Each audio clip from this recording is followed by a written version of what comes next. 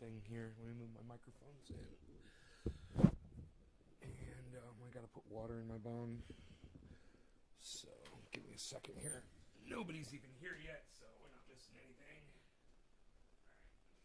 Alright, water. Go. Usually I put purified water in my bong, but not this time. I'm just gonna right about there. The right spot. Crystal clear bong with crystal clear glass. Beautiful. Look, I show it from the front and the back so you guys can see how clean I got it. How clear and clean it is. Hey, Debbie. Hey, Nick. Hey, Nick, thanks for being on Twitter, buddy. I appreciate that a lot. Hey, Doc, what's up, buddy? Missed you on Twitter, bro.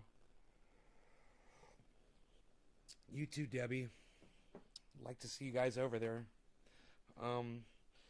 Hey, why go off grid? Look at that. 1, 2, 3, 4 notifications. What?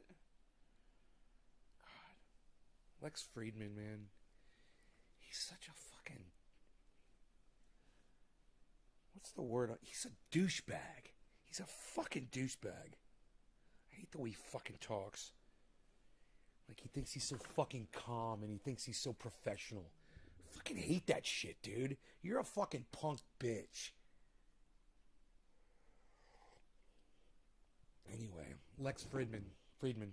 I don't know if you guys know who I'm talking about. Anybody know who Lex is? He does this thing before he does a podcast. He does like a... I can't remember the name of that old show. There was this show.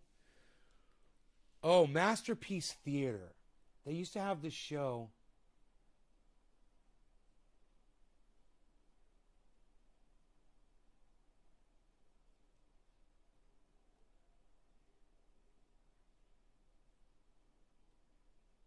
I hope I'm doing well. No, I haven't heard of East Coaster Dam from Rhode Island, but it sounds interesting and fun. I like it already. Nice. Cool. Keep me posted about that. I have no idea what it is or who he is. Back to where I was saying. So there used to be this old show. It was called Masterpiece Theater, and the intro of Masterpiece Theater used to be this old man, this old professor in this leather-bound chair and these old bookshelves and candles behind him and shit in this really nice den area room, you know, these big fucking plush chairs. And, you know, there's like a fucking, probably a deer head on the goddamn wall behind him and a bear skin rug carpet, you know, that kind of thing. And he's like, hello and welcome to Masterpiece Theater. Today's presentation involves blah, blah, blah, blah, blah, blah, blah, blah, blah, blah, blah, blah. You know, and it was just this whole presentation of stuffiness. Have you guys ever seen a Lex Friedman video? Oh my God. It is Masterpiece Theater on crack. Okay? It's fucking Masterpiece Theater on douchebaggery. I'm gonna find one of his fucking uploads here. Lex Fridman, Fridman, Fridman. Okay. You just got to see one of his intros, okay? Here's a 3-hour podcast. Let's see if he starts it off with one of his stupid ass intros. The following is a conversation with Rob Reed, entrepreneur, author, and host of the After On podcast. Sam Harris recommended that I absolutely must talk to Rob about his recent work on the future of engineered pandemics. I then listened to the 4-hour special episode of Sam's Making Sense podcast with Rob, titled Engineering the Apocalypse, and I was floored. I knew I had to talk to him. Oh, were you floored? You know, that whole nonchalantedness, that nothing excites him, how cool I am in my little Men in Black tie and black jacket, and I got 40 million of these in my closet, and it's the only thing I wear. In fact, when I have sex with my wife, I wear this. You just get that idea about him. He's such a fucking douchebag. God, Lex, you're a fucking douchebag. Look at your little douchebag face. He's a fucking douchebag. Quick mention of our sponsors. Oh, shut up. That's his little masterpiece fucking bullshit theater intro, and I fucking hate it. And I don't just hate that. I hate the fact that he entertains people that believe in UFOs.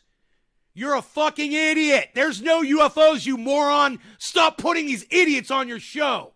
It makes you look like a moron. You believe in that shit. You and Sagar and Jetty, you guys are fucking idiots. He sounds dehydrated. He is dehydrated. Kai, I really like you. I don't know who you are, but I really like you, Kai. Yes. Wow. Where have you been all of my live streams? Man, I need more people like you in my audience. Finally, somebody listening, paying attention, and getting it. Yes. Yes. Thank you, Kai. Who are you? I love it.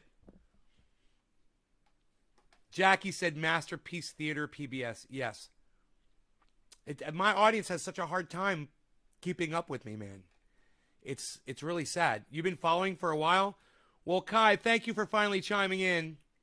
I really appreciate you so much. I hope you realize that. Debbie. Okay. Nick, not Debbie. Nick, John, Jackie, Steve, Karen. And Hippie Chick. Those are the only people who've shared this video. I will mention you in a bong rip too, and forever immortalize your name on one of these live streams. If you guys would just share the video for me in social media, it's really easy. You just come back here, type a 3, a 5, or 7 to let me know that you've done so. The 3s are for Twitter and Facebook shares. The 5s are for hosting me on Twitch, and the 7s are for maxing out a tweet. If you max out a tweet, you are my gold. Twitter has me completely hidden, guys. Nobody sees me on Twitter. You guys don't. Nobody does. It was a miracle that Karen and Nick and Steve running even found me today. Because all I was doing was going across all 3 of my channels and retweeting everything that I was saying. Because I was the only person there. Nobody else is seeing me. It's not your fault. I want you to know that. They are totally hiding me from y'all. And you guys that choose to not get notifications, you're definitely not going to know when I'm tweeting. But if you would just come by and check the feed every once in a while, maybe every 10 minutes or so. But I mean, if you would just do it once a day, that would be great too. And then you could just go through and like all my stuff really fast. Anyhow, on Twitter, because none of you ever want to engage me in conversation on Twitter, a total stranger did today, which was fantastic. You guys understand that when I put tweets up and you guys will you'll pat me on my back and you'll retweet and stuff but you won't actually engage me in conversation.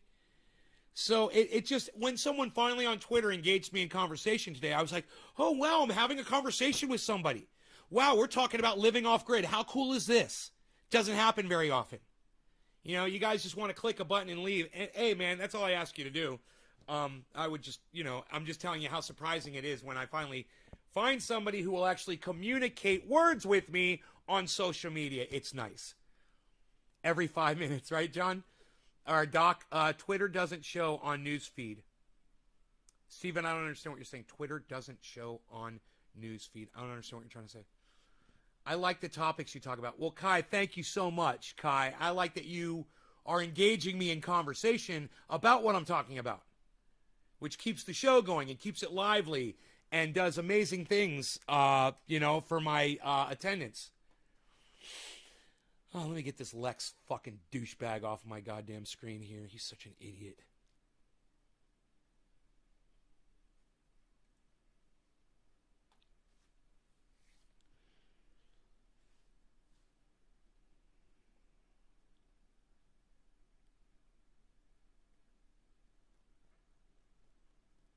Okay. I'm gonna ask this guy to come to my live stream. The guy I was talking to.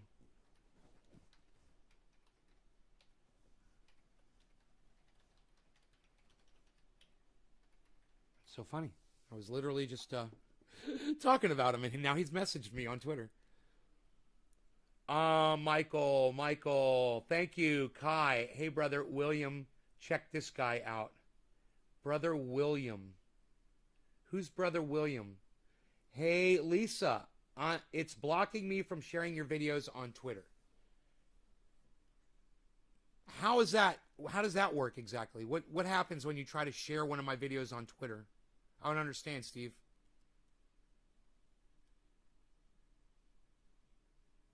Diet's going good. Doing really good. Sticking to it, you know. Ate a whole bunch of food today during my window. I still have an hour and a half left in my window. I'm drinking coffee with a little sweetener in it. No whipped cream. Just 1 tablespoonful of sweetener in there. He just chimed in. I shared your live. Oh, Brother William. Brother William. I don't see anybody named Brother William. I'm sorry. I'm missing it. You're just confusing me with this William thing. It says something went wrong. Try again. I'm proud of you. Hey, Steve, you know, you can still share the video. There's other ways to do it. You don't have to share the tweeted link. You can write the link yourself. Just type youtube.com/C/TrendyAsDabbers/live. C Trendy As Dabbers live. C Trendy As Dabbers live. youtube.com/C/Trendy As Dabbers/live. You could share that, Stephen Culbertson, and they're not going to stop you from sharing that. Good stuff. Hey, Kai, right on. You like coffee, mate? Sup, dude? Hey, Andrew. Can you see this? Andrew, yes, I see you. Kai. William Pahulu. Good. Okay, cool. Am I doing a dab or am I doing a bong rip? Bong rip or a dab? Bong rip or a dab? Clean bong or dab? What's it going to be, folks? Is it going to be a bong rip or is it going to be a dab? You guys have already shared this video, so I'm ready to go. Let's see. I'm just going to let you guys call it. Who's going to be the first person to respond? I'm fairly sad. My poor little 4-week. Experienced some bad nutrient burn loss. Yeah, why are you giving something nutrients? Why are you giving it nutrients, Josh? These fucking nutrients are for people that don't use vegetable compost, man. You should be using amendments, not nutrients. This is why your plant is dying, because you're not listening to me. You repotted it? Yeah, man, you're totally doing it wrong. I wasn't. It was crap soil. Well, why would you put it into crap soil? You got to make vegetable compost. You guys should all go to my website. Hey, I'm going to refresh. Oh, we said bong rip? Okay, Debbie. Okay, hippie chick, bong rip it is. The ladies want a bong rip. The bong rip it is. Okay, it's going to be Jack Harrer for the win. All right. Jack Harrer for the win. This is all just shake down here. Let me get this bud. I wonder if I did a bong rip of shake, what that would be like. I bet you it'd be harsh as fuck. That's why I don't like grinding. All right, so there we go. Every time you grind, less trichomes and more green shit. To be honest, man, I didn't think it would grow. It was in a random basil plant pot on the windowsill and felt like I needed to keep it going and was all I had. Bit of a noob, man. Okay. Well, if you want to learn, man, go to my website. It's naysgarden.com, Josh, and click on the link at the top of the screen that says grow 4 pounds and learn how to grow 4 pounds on a plant. I've got an amazing grow update for you guys from today, man. It's fucking amazing. So, I haven't uploaded it, so make sure you guys stick around and I will show you that video on this show, okay? Don't leave. I got a grow update. I told everybody yesterday, for those that stuck around after an hour, I'm playing the grow update, and I had a crazy story, And I'll have another crazy story for you guys if you stay today too. But that's only for the people that stay and watch the whole show. I'm not giving you guys all my rainbows and unicorns and lollipops and candy canes in the first hour of these shows anymore. And you guys want to get the best stuff? Stick around to the end of the show, man. Watch the whole thing. Leave me on in the background, whatever you got to do. And share me around and get more people watching, because that will make the shows go longer if I see there's more people here. All right. Cheers, ladies. Let's christen this bong correctly.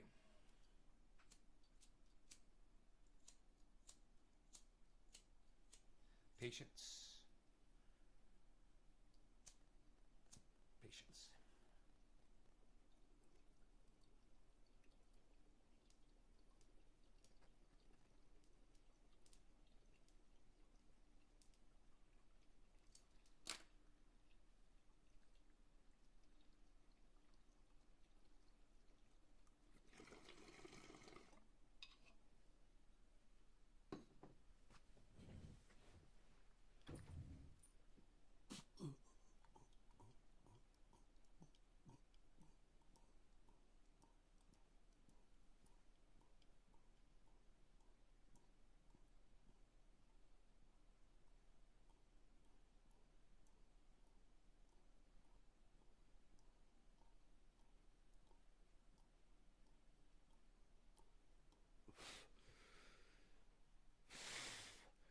All right. So, I was having a conversation with this Tolstoy Poloi on Twitter, and I told them how I was living, and they said they're living off grid. They're trying to go off grid too. And I said, if there's anything I can do to help, let me know.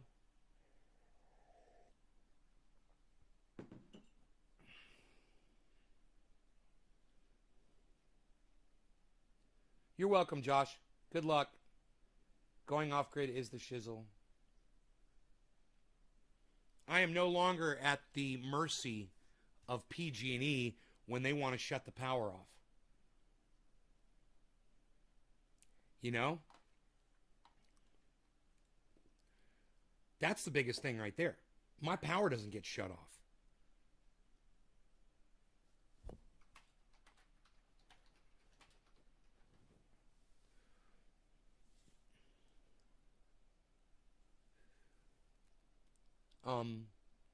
You know, if Tolstoy, if you're in the live stream, say hi to me in there so we can stop talking on Twitter and we can start talking in the chat on my live stream.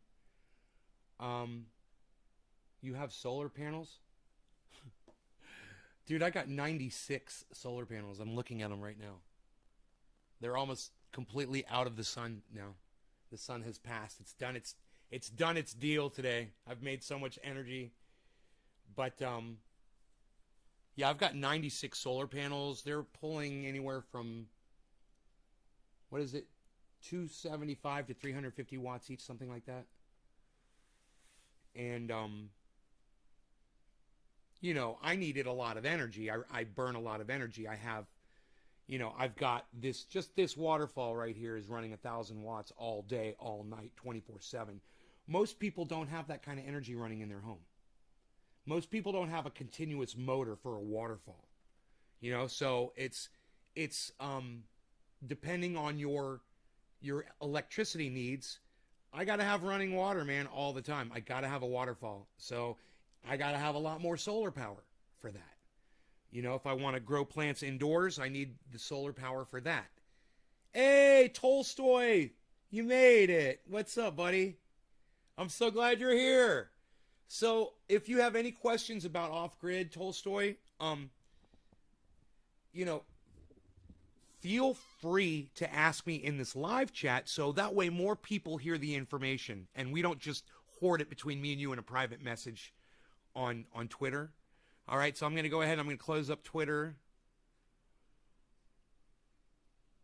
And, oh, Jen Sativa. I wonder if Jenna Sativa came in. If she did, hello, Jenna, if you're here. Welcome. I follow you on Twitter all the time. You probably know me as the nasty guy who always tells people to not call it marijuana. But there's it's so much easier when I can actually talk to people about it instead of trying to type it out on Twitter. And if Jen is here, I'd love to get into that conversation.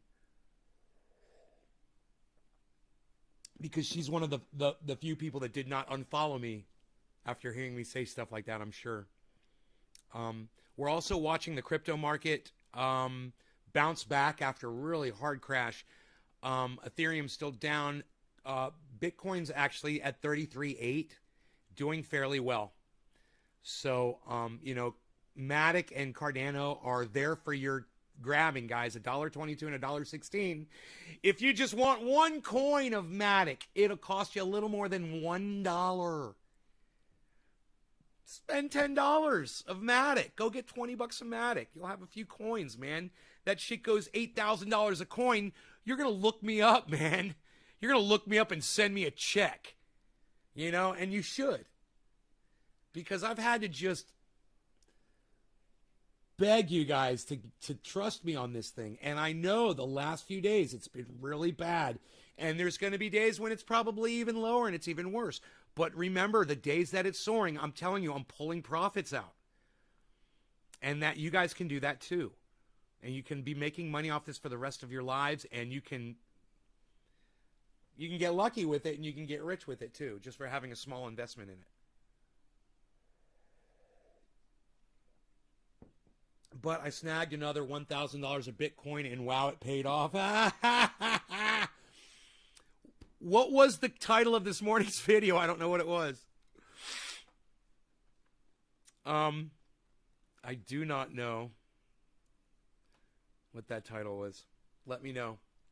Well, how about a dab? Do we want a dab, guys? We can even do a dab, dude. I don't know. Phil Swift here with FlexView, and oh no, it looks like you broke something there, but that's okay. We're going to fix it with Nard all-new product Flex Paste. I want to be rich. You want to be rich? Kai, I want to be comfortable.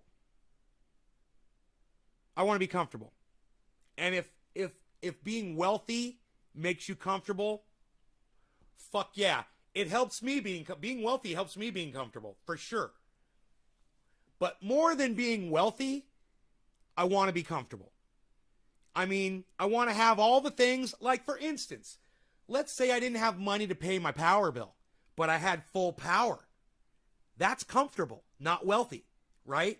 Let's say I didn't have money to pay my water bill, but I had all the water I ever needed coming out of my well that's powered, my well on my property that's powered by my solar power.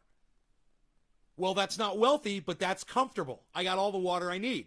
I got a jacuzzi. I got energy. I'm comfortable. I got my cannabis. I could smoke out. I'm comfortable.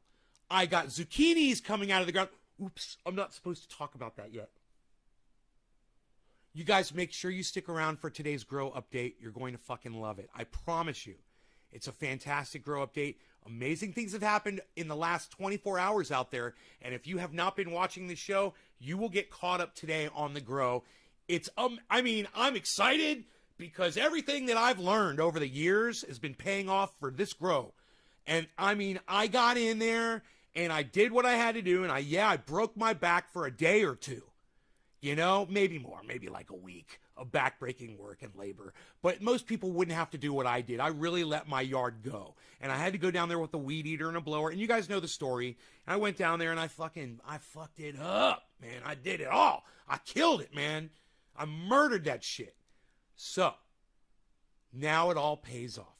And today, on this show, you're going to get to see some incredible things that have happened inside that grow room. In fact,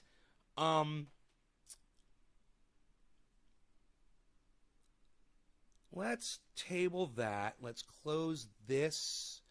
Ooh, close that. Ooh, close that. Close that. Ooh, I had a bunch of YouTube windows open. That's not good.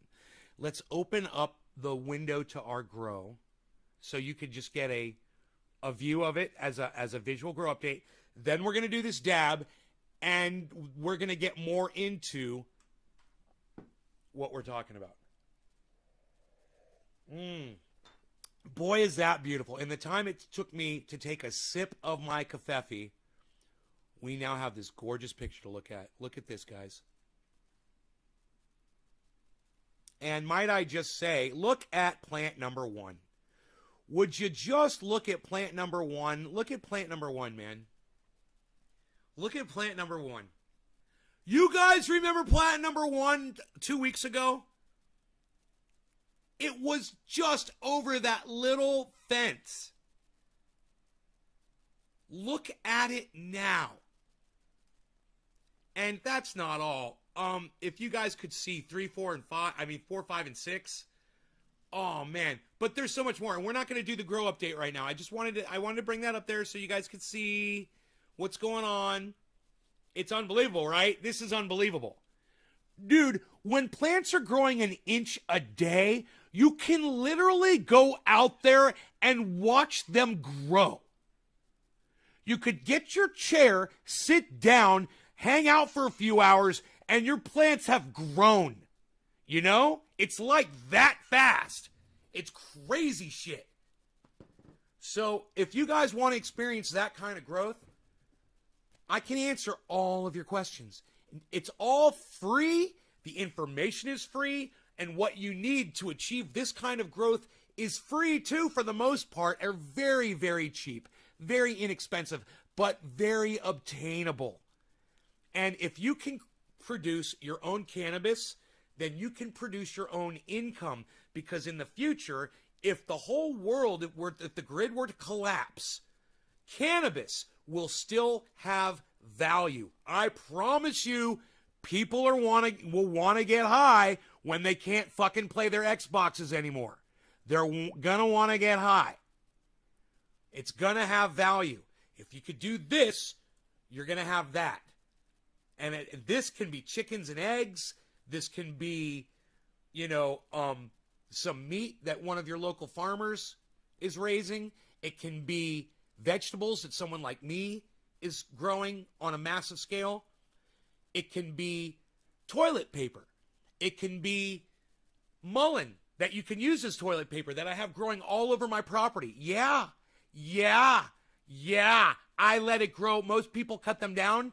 I'm like, well, it's toilet paper. Why would you throw good toilet paper away? What if toilet paper is no more? Well, you can wipe your ass with mullein. And you might be like, dude, what do you mean? Hey, man, what do you think fucking cowboys used to do before there was toilet paper? Before there was a fucking 7-Eleven to go get a 6-pack of toilet paper.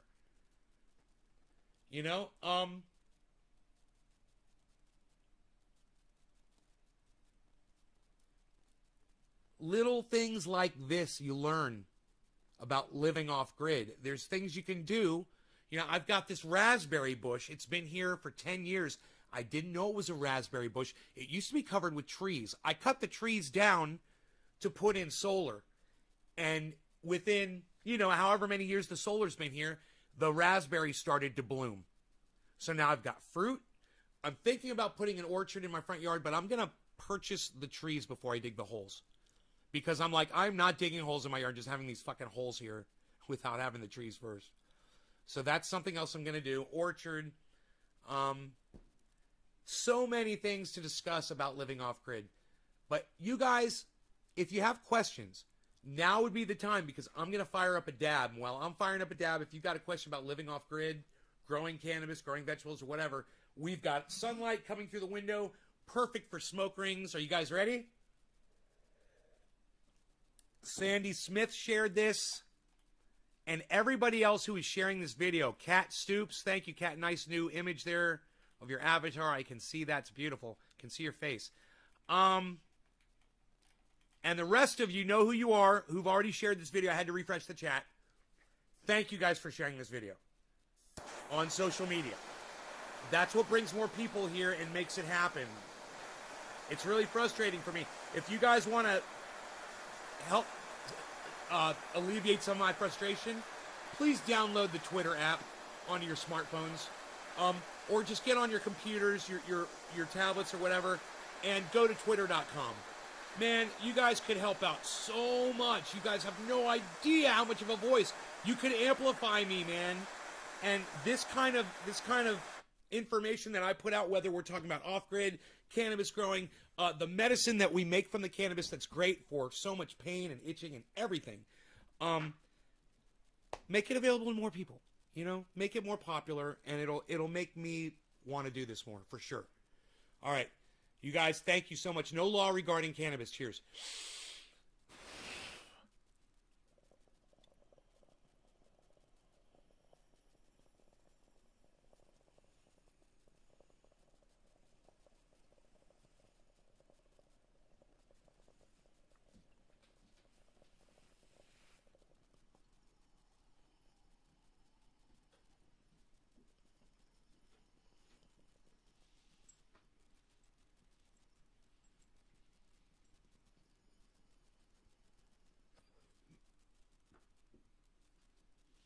I have an itch. It won't go away right here on the bottom of my wrist. Here, let's blow some smoke rings.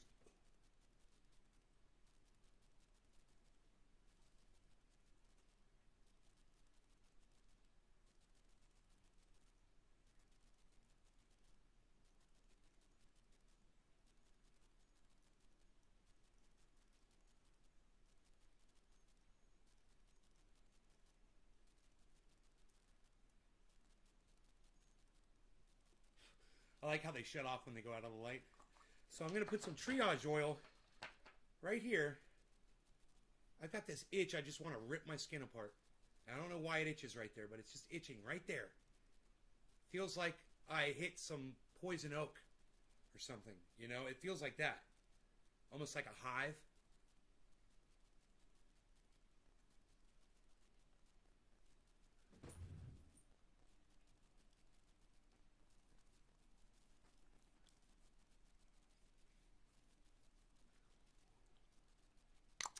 Let's blow some more smoke rings, shall we? Once again, I'm going to ask you guys, please, do you have any questions about living off grid, going off grid, the costs, what it takes, how to grow, how to sustain? Do you have to kill animals to do it? You guys have any questions about living off grid? Why do you want to go off grid? What's important about it? Why not just, feed off the tit of the government because it's there for you. There's a 7-Eleven down the street. You can get soda and Fritos all fucking day. Who cares about living off grid, right? Does anybody have any questions, or do you want to just keep eating your soda and your Fritos? Which is fine if you do. I understand if you do. You've been made complacent. You've been indoctrinated to believe that that's how you should be living. And that's not how you should be living. That way of living is actually killing you. I've got a friend back home. His name is Billy. He's one of my best friends in the whole world. Soda almost killed him. He almost died because of fucking soda. Yeah, a drink can kill you. Am I completely off grid? Jarrett Cole, what does completely off grid mean? Tell me what that means. This is a great question. What does completely off grid mean? All right. Does it mean, is there a mailbox in front of my house? No, there's no mailbox in front of my house. Is that what you think off grid is? Housing prices, how did you buy? I bought when the market was really affordable and cheap, man. This house was a steal. I got this house for a third of what it's worth today, man. A third of what it's worth today. You can go look it up, man. It's fucking crazy. I was looking at it, I was like, holy shit, man. Just the house investment itself. And when we had that conversation yesterday about people being 36 or younger and not owning their own home, I started thinking about that. And I was like, people say, what are you buying? You're buying fucking something that you have to constantly repair. You're constantly pouring money into. Yeah, that's true. And if I ever decide to move back to Florida and sell this place, I'll have a fucking $1 million in my pocket. Are you kidding me? That's a fucking investment right there, man. Think about that shit. People that think homes aren't good investments, you're not buying the right fucking homes, or you don't know how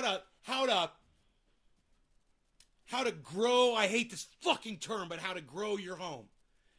How to nurture your property.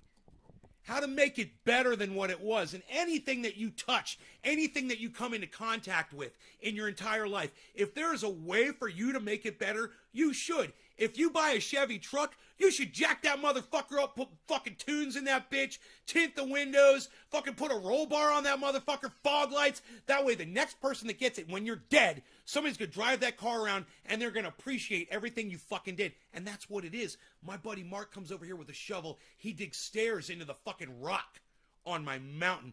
And we look at it, he's like, come out here and look at this. And I'm like, you know, Mark, after you and I are long gone, these stairs are always gonna be here, bro. It's a fucking tribute. It's a goddamn monument that what you have built will always fucking be here for as long as mankind is alive to appreciate it. And that's worth something. That's got some fucking value, man.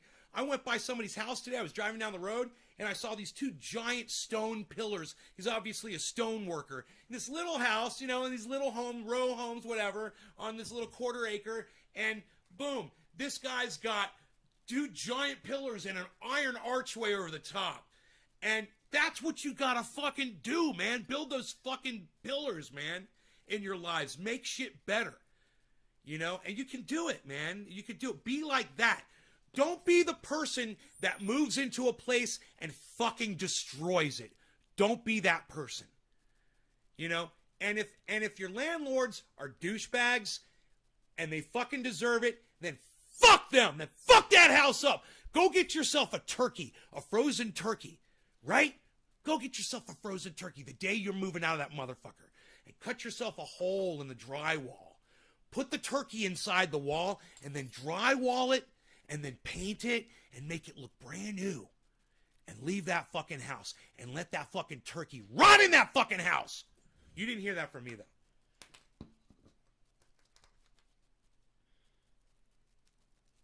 though. They'll be like wondering, where the fuck is that stench coming from? Where is that stench coming from? And the thing about a rotten turkey is, over time it will eventually decay, it will go away, and it'll stop smelling. But for a while, man, you're gonna know that somebody's really not appreciating that. Man, I think it's time for a new one. I do not any longer have the patience. Where, oh, where are you tonight? Why did you leave me here all alone? I searched the world over and thought I found a lighter. You let another and you was gone. Cheers, everybody.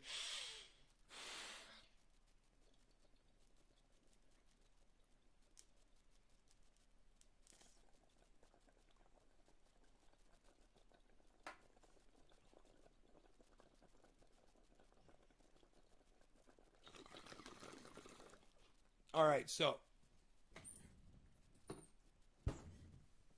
you asked me some great questions.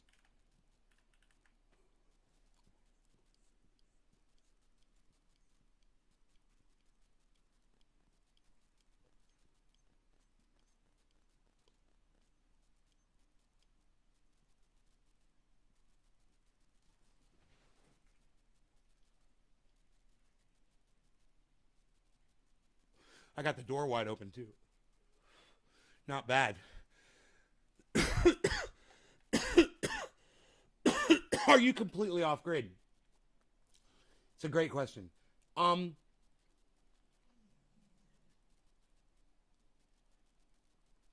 No, I wouldn't say that I am. But then again, I don't think I know what the definition of off grid is. So let me find out.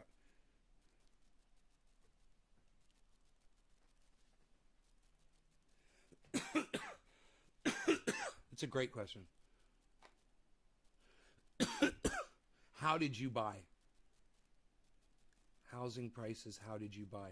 I put down a down payment.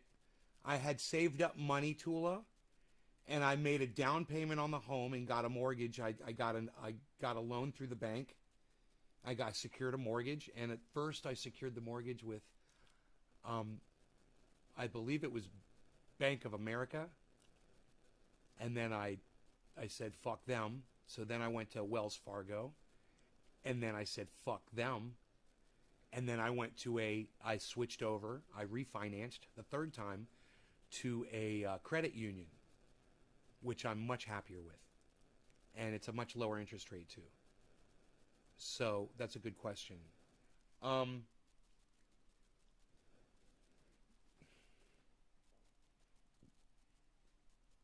Okay, Google. Off-grid definition.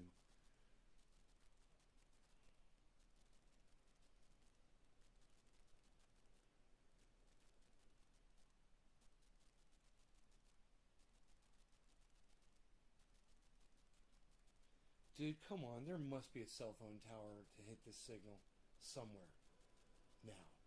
Come on. I got the door open. Line of sight, motherfucker. Come on. 30 miles. Come on, dude. Come on, dude. Come on, dude. Can you believe this? I'm going to have to go on my local Wi-Fi. Okay, Google. Off-grid definition. Here's the definition of off-grid. Not using or depending on public utilities, especially the supply of electricity. I am totally living off-grid. I am 100% totally living off-grid. I didn't know that. That's all it is. Wow. Yep, I'm off-grid, motherfucker. Dude, off-grid life.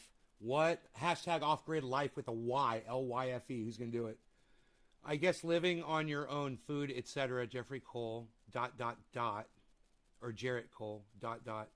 I bet your land is a whole lot. 6 acres. Soda is bad for us. Yeah, soda's bad for us. It's so bad for us. Kai, I already know, Kai, and I live in California Bay Area. It's so freaking expensive. Oh, really, Kai? Yeah, I live in the Bay Area, too. We're neighbors. That's what I'm talking about. Investments. Hell fucking yeah. Mark is awesome. Yes, Mark is awesome, Cat. Just Jay. Hey, Just Jay, I haven't seen you in a long time. How difficult is it to go off-grid with a few grand and a machete while on foot? That's just a stupid fucking question. I'm not gonna respond to that. John, 1971, Japan military scientists patented high fructose corn syrup, which ended up being a bomb. Public average American consumes 60 pounds a year of people with diabetes has grown. Yeah, I know. Our buddy Doc was just saying he's got diabetes. We were talking about that. It sucks. It's a way to start off going solar. Tolstoy. How do I know what products are worth it? Should I drop the grid immediately or tie in, etc.? No. Do what you can do. You do it in parts. Do it in sections. You build your off-grid just like I did. You make sure that you're doing a system that is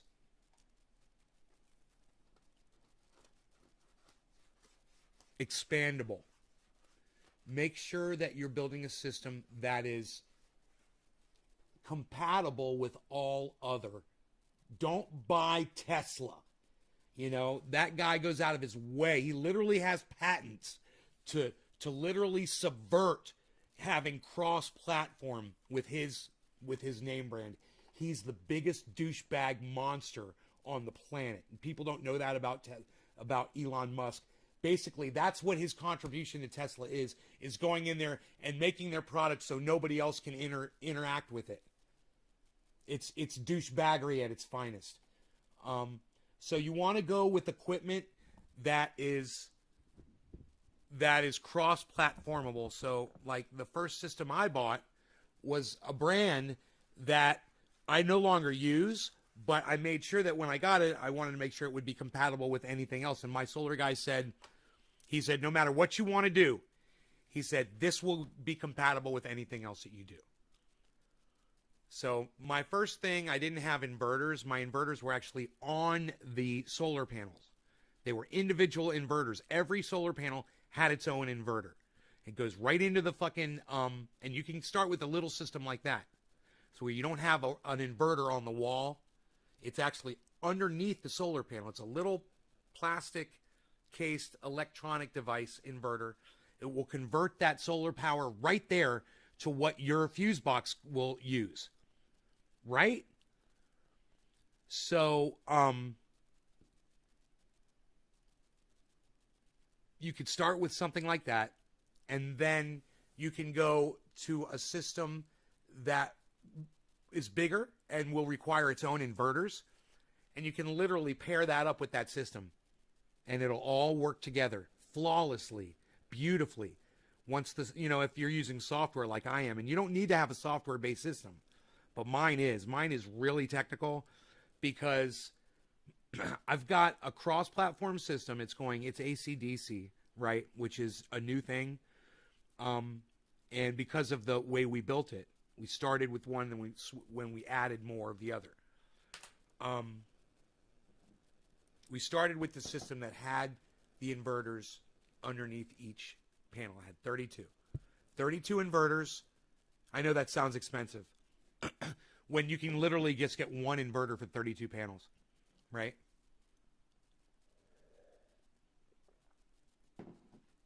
Right, it's cheaper. So we go with the single inverter now, 32 panels. 32 panels will give you, in full sunlight from dusk till dawn, if you have full sunlight, if you don't have tall trees right there blocking the sun half the day or whatever, you could probably produce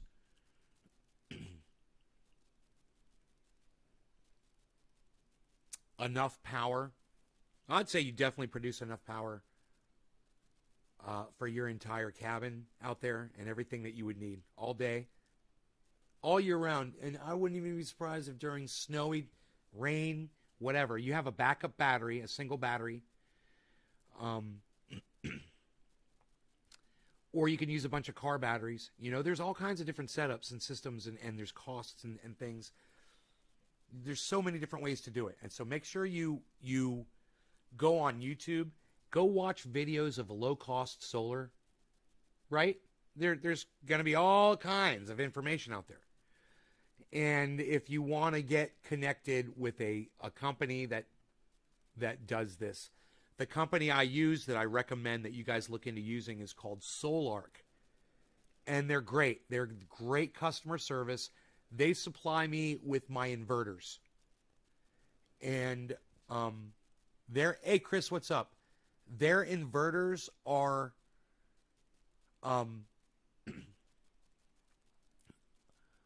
highly scalable and easily altered for whatever purpose you're using them for. They're very, and over the phone they can tell you what to do to alter them and to do. There's all kinds of things. They make it like that because there's all kinds of solar systems out there, and there's all kinds of connections, and there's not just one basic way. So these inverters are set up to handle just about any situation that you've got. And then you want to look at a battery. And the battery that I'm using is Fortress Power. But Fortress Power customer service, not as fantastic, nowhere near as nice as Solark's. You don't get someone on the phone like that over there. But their product is pretty good, and once my two Fortress Power batteries were up and properly sequenced together, which was the problem I was having with those two things. Now, I bought them at different times, so the batteries came with different software suites. Now, you might think software makes it easy. They can all communicate, blah, blah, blah. Well, it can also work against you. So it did for me. One of my batteries had a specific software setup. The other one had an upgraded version of that software. They were not compatible. I was having issues accessing both batteries, and this was going on for a while. I was having shutdowns. My battery wouldn't last throughout the whole night. I was having to be conservative with my energy, just so it might, at 8 o'clock, 9 o'clock in the morning when the sun starts hitting my panels and I start powering up again, I still have battery power left, up until that point. What's up, Greg? How's it going, brother? What's up with the coinages? I can tell you right now. Bitcoin's at 33.8. It's looking okay. It's on its way up. It's moved up and it's hanging out. It's looking really good. A good recovery. Ethereum just hit $2,000. Cardano's at $1.24, exploding. And Matic is down at $1.17. But these are all exploding right now. Everything is going up, up, up, up, up. Boy, oh boy. You know, we were at negative. Remember, we were at negative 35% earlier, guys, on just about the whole market. And now we are seeing plus 10 comp, plus 9 ZEC, plus 8 Chili's. Chili's, baby back ribs, get in me belly. Baby back, baby back, baby back, baby back, get in me belly. Get in me belly. Look at all this green, guys. Look at this. Bitcoin's 33.8. Look, everything's plus, plus, plus, plus, plus. And now the minuses aren't even that bad. They're not even that low. There's just ERN is at negative 18. E-Gold is at negative 4s and up, baby. This is a healthy market right now. It's looking fantastic. I have a feeling there's going to be a lot of people buying in the next few minutes. And we're going to see a huge snapback of the market. Oh, man, for a meal today, I made myself 2 sausages, apple. They're turkey or chicken sausages with their apple flavored apple and something. I sauteed some onion. I put Dijon mustard and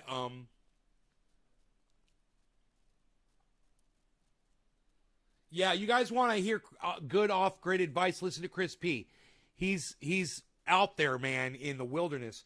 Chris P. He has been for at least. This philosophy will save your life. 2 water pumps, 2 generators.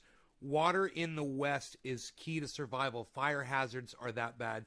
I wouldn't mind buying myself a backup well pump to have here on the property. Ready to go? Just to swap it out if this one ever goes out. That would be cool. Wouldn't mind having a bunch of them. You know, I wonder how expensive they are. Water-cooled well pumps last for a long time, though, man. So, I took a picture. Look, I got all kinds of shit for you guys that are going to wait till the end of the show. I've got amazing shit. And we went through 710. I got to do dab. I don't think we did dab 710. What's up, guys? Skip 710. I think I did. God bless America. We got to do that. Look, you guys have to see this. This is my lunch today.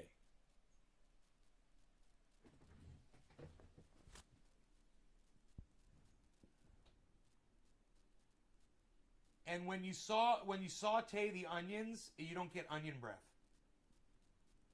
Look at the mustard and see the mustard on the mayonnaise? There's mayonnaise and mustard on top of the mayonnaise, and then look how well sauteed those sausages are. On toasted hot dog buns. Tolstoy, you're going to be my new best friend. You know that? We had such a nice conversation on Twitter. I can't even get my own Tolstoy. I can't even get my own audience members to have a regular conversation with me like you just had with me on Twitter today. They'll go on Twitter, they support the fuck out of me, and they're like, yeah, Nay, we really like what you said, and blah, blah, blah, blah, but they won't, read the tweet and tell me what you think about it. How about you do that? Like Tolstoy did. Tolstoy, you could blow up my Twitter feed. Just you and I engaging in conversation about stuff. You know? God. All right, so I got a video for you guys. I got a video for you guys from the Grow. You guys stick around. Listen, I know there's a lot of people right now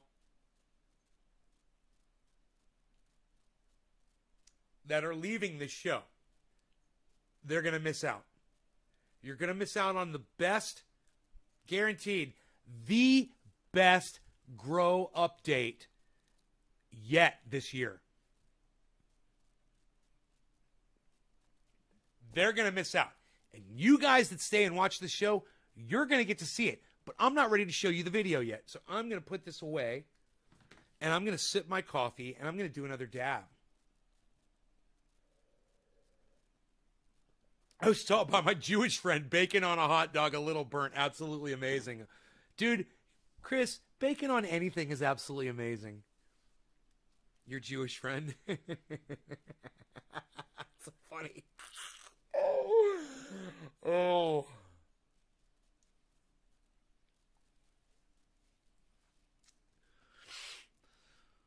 On what kind of bread? They're hot dog buns. It's a white hot dog bun that you would just buy, a 12 pack of at the store, just kind of white and kind of golden on the outside, split open already, and you just pull them apart, throw them in the toaster for 4 minutes. You get them to finish right when the sausages are finishing up. You put the mustard and the mayo on there, throw that on. And I sauteed the onions after. I took the dogs out, put the onions in, was done sauteing the onions in 5 minutes. Threw the onion, it wasn't even 5 minutes. And I threw those onions on there, and the hot dog had cooled just perfectly. It was just, oh my God, it wasn't a hot dog. It's a turkey or a chicken sausage, apple something. I'm trying to think of the other flavor, something apple. Apple something. Sausage. What goes with apple, guys? I'm half French. Chris is half French. Monsieur. Miss some matzo ball soup. Yeah, me too. My family, my mom used to make some mean-ass, bomb-ass matzo ball soup. It's true. We put bacon on everything, and cloves too. Cloves are key to cooking. I could call my mother on the phone. Mother, I gotta know how to make the matzo ball soup. Ugh, I called my doctor. I called my lawyer. Now I'm calling my mother. Mother. What goes with the apples and cinnamon? Apples and something. I mean cinnamon. What? God, I am so high. What goes with apples in sausage? Apple and something sausage. What would it be? Apple and what? Something apple. Anybody? I wonder. I'll go look on the package and find out. We'll all be like, yeah, of course. Yeah, we should have known that. It's like apple. Something apple sausage. No, not pineapple. No.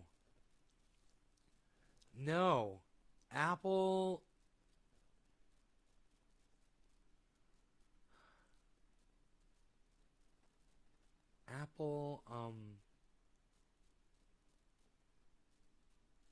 The other ones have like cheeses in them and stuff. No, and this one I don't think it had cheese.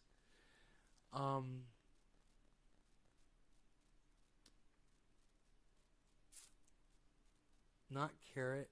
Isn't that funny? Apple, onion, apple. Apple bacon. Apple.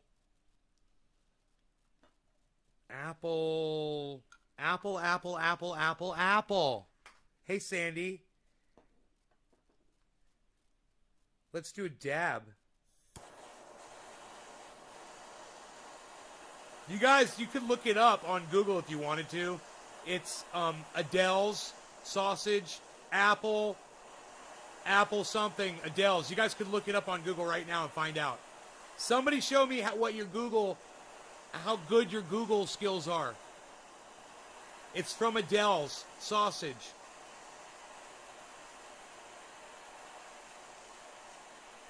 Chutney. Go look. I want you guys to Google it. While I'm doing this dab, I want somebody to Google it. Maybe it just says chicken and apple sausage. Maybe it just says chicken and apple sausage. Sandy Smith and the rest of you that are sharing this on social media, thank you guys so much. It's the only way this gets out. Cheers.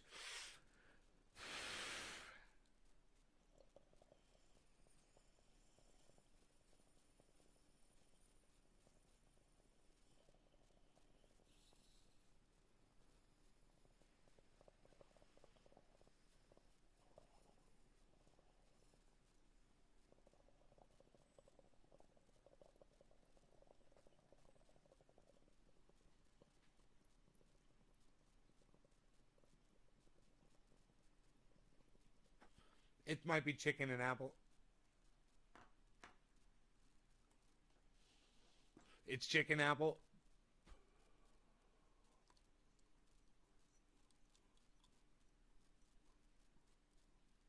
That's what they were. Chicken apple. Isn't that funny? I even thought of that before you guys said it.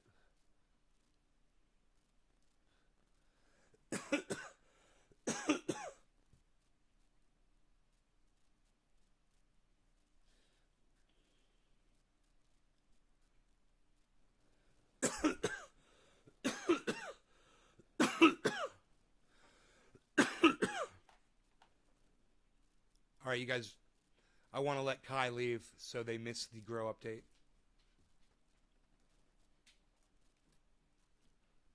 I told you people to stay. You guys want to leave before I even roll the video. Unreal.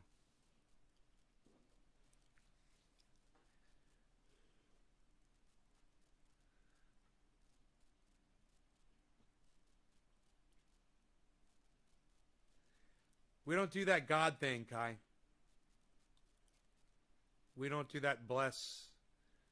We don't bless. We don't jaw. We don't God. We don't do any of that bullshit.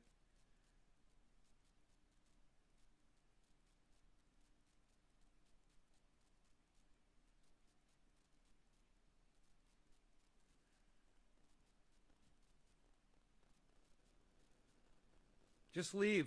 Just leave so I can play my video for everybody else. Cool. I think they left. Good. Hey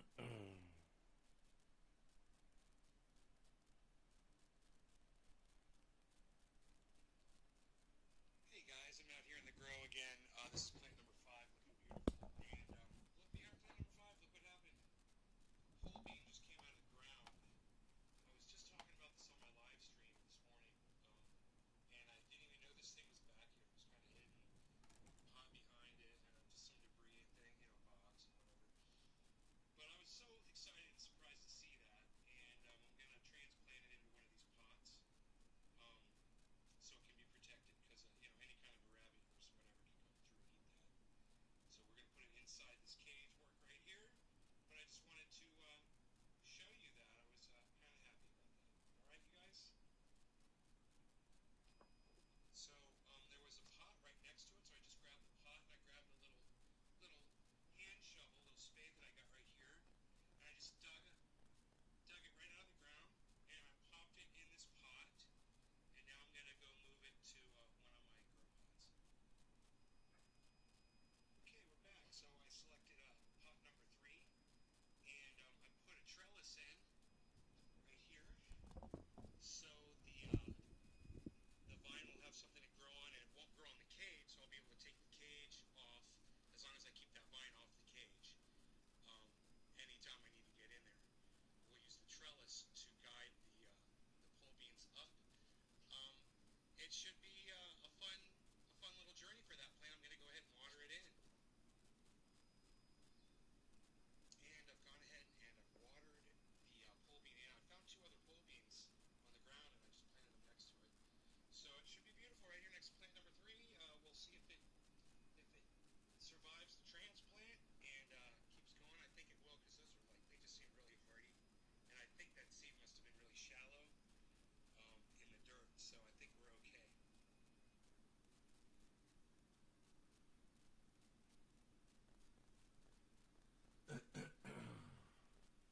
As promised,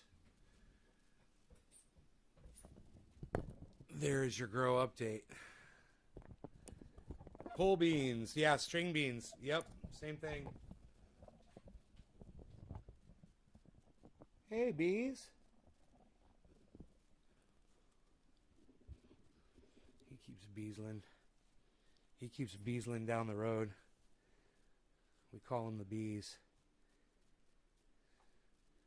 So I found, now that you saw the video, and you couldn't hear the audio, I'm sure, but I found a pole bean growing outside one of my pots, which is absolutely normal because the pot was overflowing sometimes over the last few years, and there was really good soil, just kept flowing out onto the ground right there. And there were pole beans, and, you know, some of them died and they fall on the ground, and this is nature. This is how it works. And it literally nature happening inside my grow tent, literally inside that grow house out there, the greenhouse. And it's happening just like it would out in nature, you know, where something dies, it decays, the seeds are exposed, they go down in the ground, water hits them, they start sprouting. This isn't that you haven't seen. Wow, people are left. I haven't even finished the grow update yet. Huh. Okay, cool. Anybody else want to leave before I'm done? I can't believe how many people left this grow update. I'm going to report the rest of it via talking instead of showing you, but people are leaving. You guys want to hear the rest? The guys that are still here. It's good. You're going to like it. So, as you saw, I found 2 more pole beans on the ground. They're white. They look like Tic Tacs, man. They're super white. They must be UFOs. Took them, 2 of them, and I just stuck them in the ground right in that pot right next to that other one. So there's going to be hopefully 3. Those might grow too. I don't know, and I don't care. I'm going to have that one pole bean plant growing right there, hopefully, if that thing takes. But that's watered in. But I took the garden hose and I'm watering around all the pots. And I've got 2 zucchini plants that have sprouted. And I think a tomato. And I put the potatoes in the pot today too, and watered them in. So the potatoes are all buried and watered, and I've got a new hose down there with a hand thing on it, so I can water around them and keep them nice and moist. And we're gonna see what comes up out of the vegetable compost.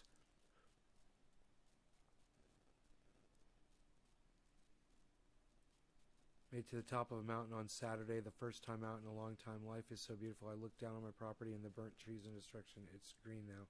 Nice, Chris.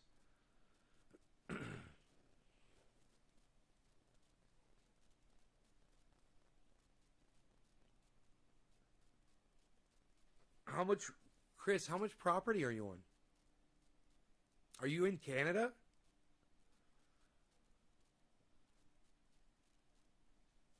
Are you in Canada, eh? Take off, eh? Are you in Canada, eh? Take off, eh?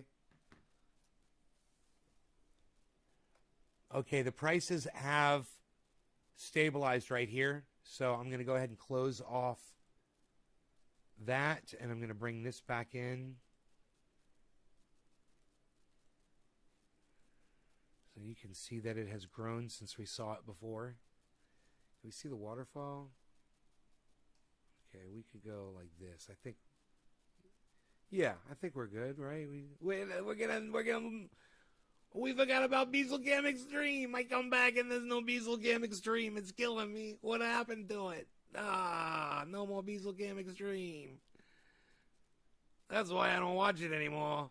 Gotta have my Beazlecam Extreme. Wouldn't that be funny? If that guy really existed.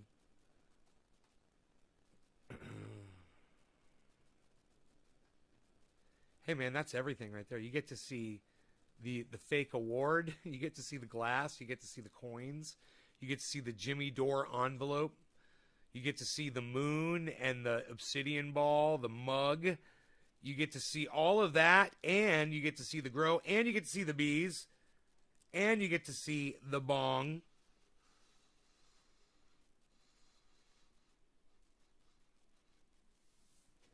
You get to see it all, man. I made sure of it. All right, so this is the rest of the grow update. So I also watered in and around the ground area around all of the entire floor area. And I watered down the walls were full of dust and dirt from all the blowing and all the weed eating and everything that I've been doing in there. It's all dusty and dirty and shit. I cleaned up all the walls inside. Then I went outside and I washed off the top with water and let it all run down. It was all dusty and dirty too from years of it not being rinsed or washed, you know. That's rained on it, but it's been a while since it's rained. So since it's rained last, there's a ton of dust up there and you could see it. So that means more sunlight, right? It's going to be brighter in there. It's cleaner. There's less obstruction because I hosed it down. I also went around the outside and I hosed all that down, so it's nice and getting nice and hard out there, and I'm going to be able to do that all the time. And the more you hose stuff down, like a sandy area like that, the more it solidifies and becomes like cement. So I hosed down the stairs, everything. Rocks, the foxtails, where all the dead foxtails are, you know, to suppress them so they don't get caught up in the wind and shit. It'll be interesting to go down there right now, you know, just to kind of check in with it and see how everything's doing. I'm telling you guys that plants 4, 5, and 6, Mark's plants, are fucking huge. His are way bigger than mine, man. Way bigger. My plant number 1 is probably the biggest of my 3. All 3 of his are bigger than plant number 1. They're looking great, and he doesn't even know it. He still hasn't been out to see. Get away from my coffee, you little motherfucker. Fuck you. What time is it? Yeah, I still got time. I can still consume food up until 8 o'clock. I'm doing fasting, so it's easy. I thought it was going to be hard. There are times when you get hungry, but it's okay. You can do it. Just go find yourself something to do, you know? And that's all. So, I am only eating for 8 hours, but in an 8-hour window every day. That's my fast. And then 16 hours, no food. I can drink water. I could have coffee with no sweetener, no creamer in it. I could have just straight black coffee. I could have iced coffee. I could have hot coffee. I could have iced tea with no sugar, or hot tea, no sugar, or water. Basically, that's it. For 16 hours, and your body eventually will start burning fat that you've got that won't, like stubborn belly fat that won't go away. So, you know, I show my belly. I'm not really, I'm not embarrassed to show it to you. I've been much fatter, in the past, and this is probably the thinnest I've ever been in my entire life. But you'll see as I do this that hopefully all of this, fucking hate this shit. Hopefully all this is going to go away. And I want you guys to be able to see this on camera, how much fat I have there. That's my 1-pack right there, man. You see that shit? What? Psst. Ladies? That's my 1-pack. Or I guess I should say it's my 2-pack.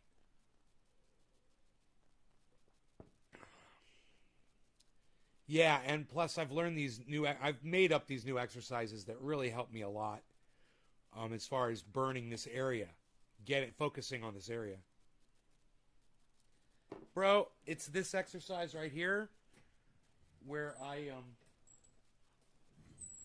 look, I'm trying to do it so I have to look forward.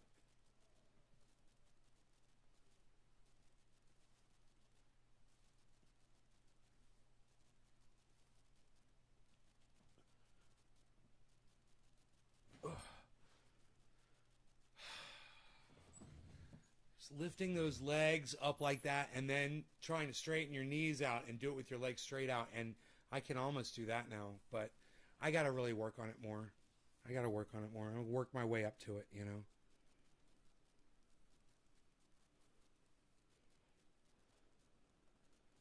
High CPU usage detected. Yeah, because I've got this open. And it's worth it. It's worth it to see all that, isn't it? Look at that, baby. We love it. We love it.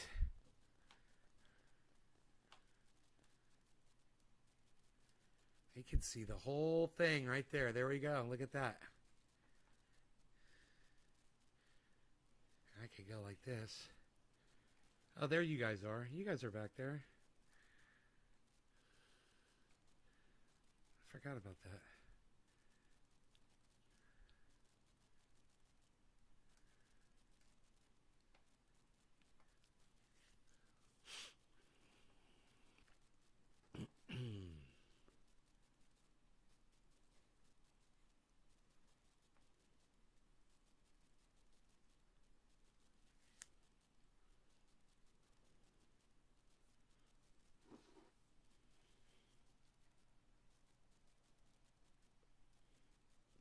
If I stole somebody else's wave to fly up,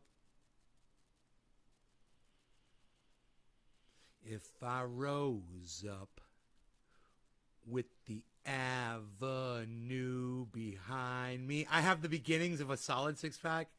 All your hard work appears to be paying off. You look sexy. Oh, thanks. Thanks. Thanks. I'll work on it. I'll keep working on it.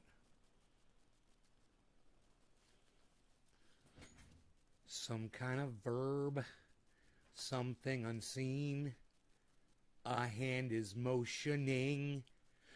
To rise, to rise, to rise. Too fat, you must cut lean. You gotta take the elevator to the mezzanine. Chump, change, and it's on. Super bon, super bon, super bon. Too fat, you must cut lean. You gotta take the elevator to the mezzanine. Jump, change, and it's on. Super bon, super bon. That's me, super bon. And it's on. I gotta take the elevator to the mezzanine? Nah, dog. I'm taking the goddamn stairs. I'm taking the stairs. That ain't gonna be me. Boom, boom, boom, bow, bow, bow, bow, bow, bow, bow, bow. That should be everybody's workout song.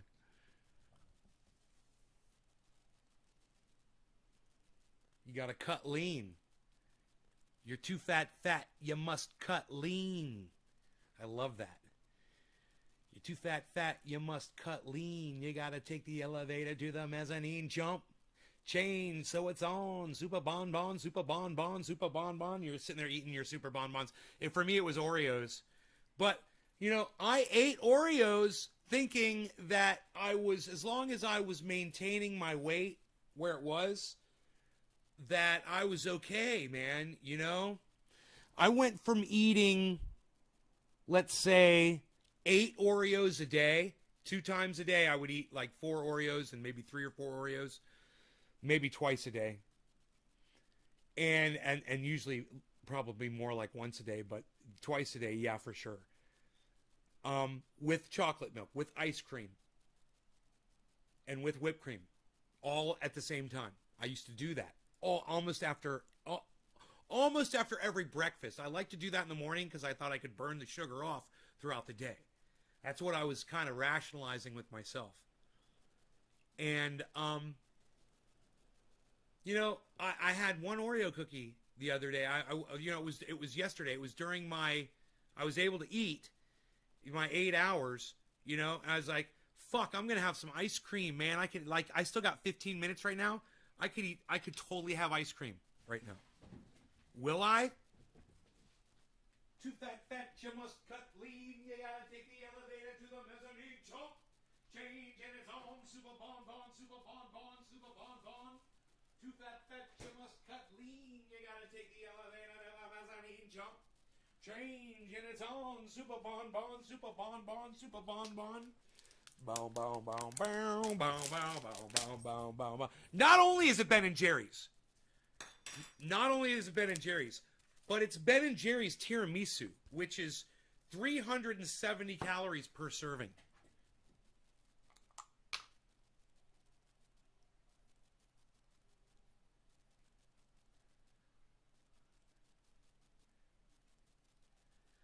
With you on being health conscious, lost 60 recently and going for more. Tula, what?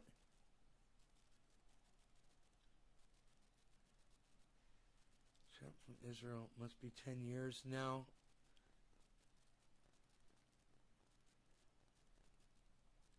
You were in Israel, Chris? Don't do it. Dum bum bum bum bum bum bum bum bum bum. Look at that. Bum bum bum bum bum bum bum bum bum bum bum. So this says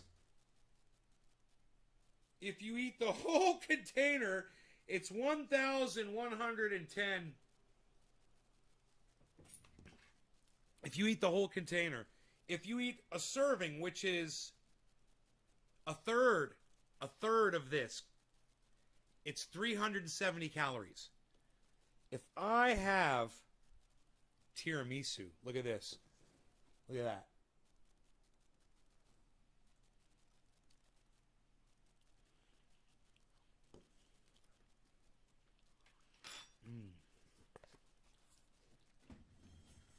One bite. One bite. And I take this back and I put it back in the freezer. And I've done everything that I could do all day. In my opinion. And I finished off my 8 hours of eating time with a really nice taste of tiramisu, chocolate. I have that on my palate now. I have that on my tongue and in my mouth. It's down in my throat. It's one bite. Well, can you cheat?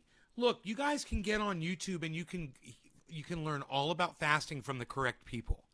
Look, I am not an expert on health or anything like that. It's dangerous enough that I'm giving you guys financial advice on here. It's a good thing there's people like Chris and Joe to give you guys the counter narrative from what I say. But I digress. The last thing you guys need to be getting from me is health advice. So, if you want to learn how to fast correctly, the way I do it is what I learned on YouTube by just watching a multitude of videos. And I'm still watching them because I want to learn how to exercise the right way too. There's also a way to come off your fast. You're supposed to drink water. You're supposed to drink water the whole time you're fasting. Drink lots of water. Always be drinking lots of water throughout all of this. As much, they'll tell you how much water you're supposed to drink, but as much water as you feel like you can handle. This is insane. How dare you, says Chris. One bite? Really? Does that bother you guys that I took one bite? It was delicious. And yet I didn't have 3 or 4 Oreo cookies with whipped cream and ice cream on a spoon all together. This is what I do. No. Sometimes I take a bite of the Oreo, I take a spoonful of the ice cream, and I take the whipped cream, and a little bit of whipped cream all in my mouth at the same time.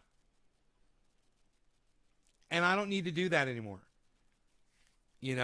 It's just overdosing. I take a fucking bite and put it back in the freezer, and it'll be there for goddamn, that Ben & Jerry's will last me for a fucking month. It's got more than 30 bites in it.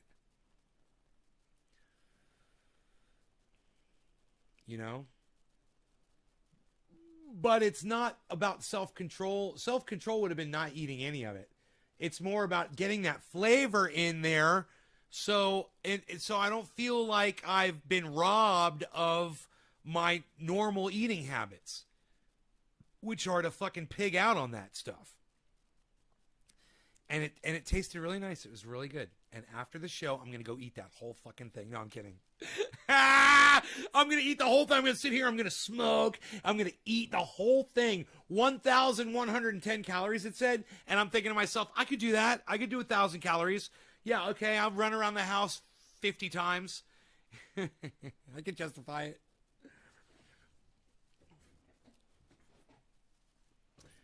So now, for those of you guys that stayed, here's the Sawmill update. How many of you guys are excited about the Sawmill update? So what's been going on, and let me move this microphone in, and we'll do a dab here or a bong rip. I think a bong rip, yes. As we casually talk. The sound should be perfect, right? Is the phone not interfering and the sound is perfect? The microphones are perfectly right where they should be, right? It's all perfect, right? Everything is perfect, right? The sound is perfect. So, my Sawmill motor, the original one, was what they call a single phase motor. And I got confused and I thought it was a 3-phase motor. So when I bought the new motor to replace the old one, I ended up buying a 3-phase instead of a single phase. Now, there's so much going on with that. But I'm going to break it down for you.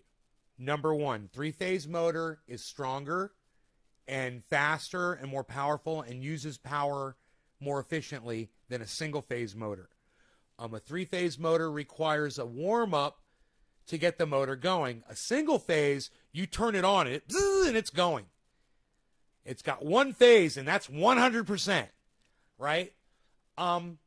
This 3-phase allows the motor to warm up, get going, and the motor lasts longer, it runs stronger. There's a lot of benefits to having a 3-phase motor. But my power is only set up single phase, which means there's 2 leads and you get 240 volts, and that will work on a single phase motor.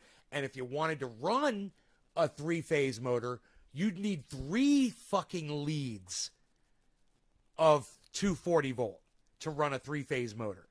So I bought a motor, and in my mind, I'm thinking, I bought something, it weighs 100 pounds. I don't know how the fuck I would ever ship it back. And it's the wrong thing. What the fuck am I going to do? You know, I've already got problems. The post was the wrong size. It wasn't the right, size wheel to go on on the axle. So how was I going to run the belt? So I had to go find a pulley.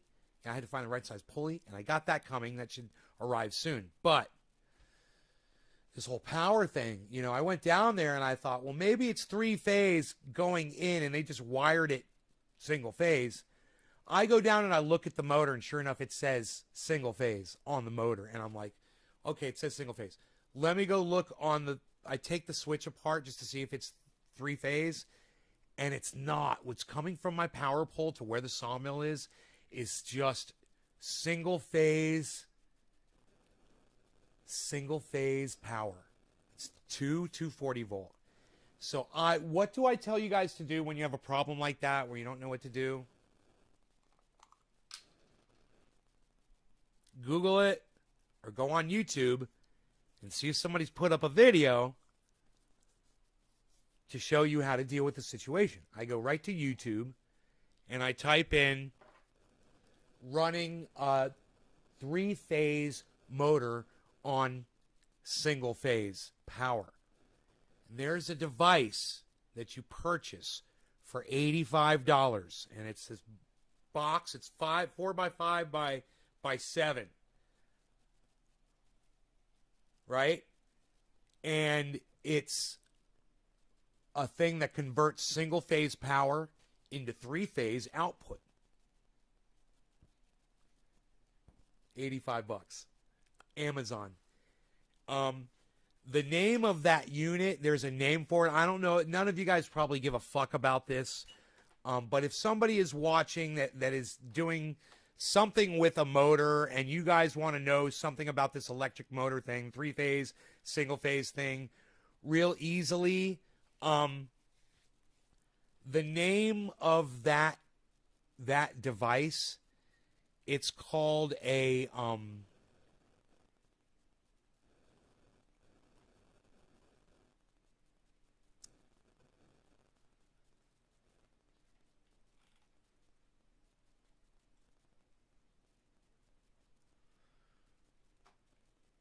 It's called a VFD,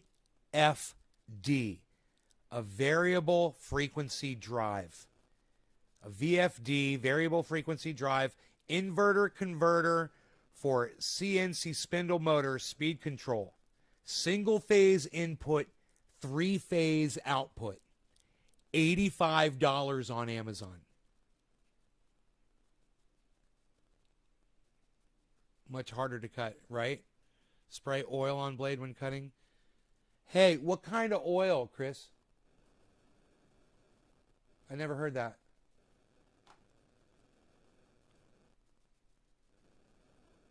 Variable frequency drive. It's a cool looking thing, and you know what's really cool about it is it's got all these different settings on it, so you can tailor it to whatever your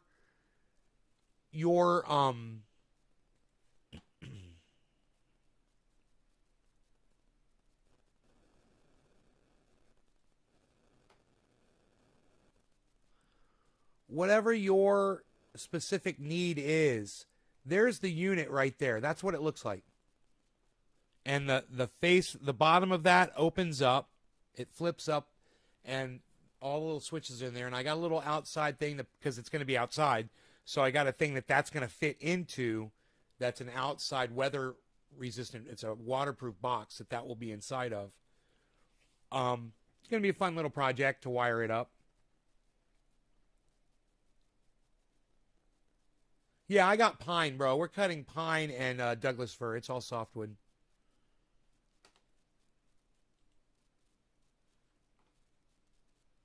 The variable frequency drive.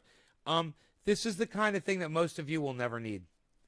But there might be somebody in here that's living off grid or whatever that is dealing with a motor, and it might not just have to do with a sawmill. Electric motors are used for all kinds of things, and when you're living off grid, electric motors are really handy. You can use them to power. Ask Chris P. He could tell you. You could power many things with an electric motor if you know what you're doing. There's all kinds of cool stuff on YouTube where people use washing machine motors, and other things like that to create. Or you can actually use a motor in like a water with paddles on it, and the motor will create energy as the water powers the paddles. You could create a generator like that. You like Douglas fir? FIR, right?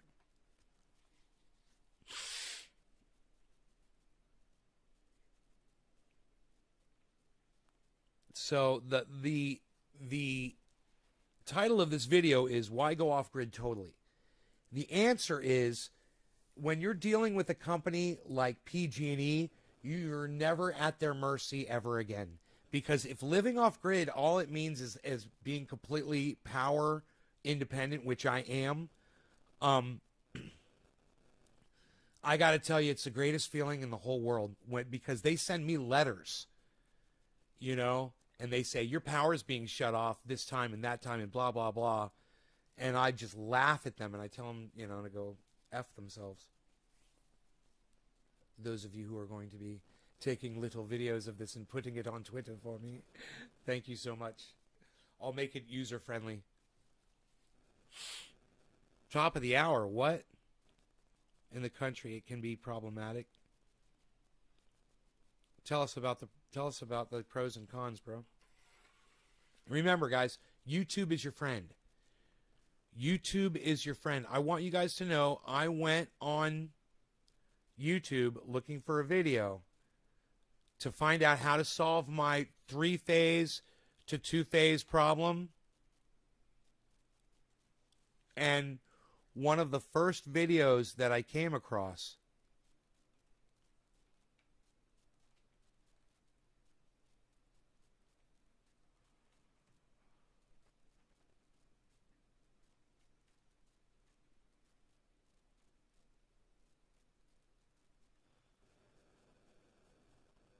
it's funny, it is.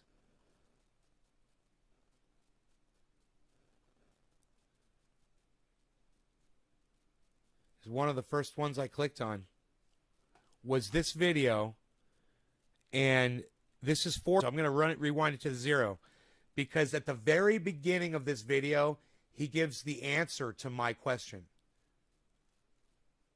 Watch this. The first option I want to show you is the one that I think is best for most people. It's going to give you the full power rating of your motor. It requires the least amount of electrical knowledge, and it gives you the most options as far as speed control, using a potentiometer or other types of devices to control your motor.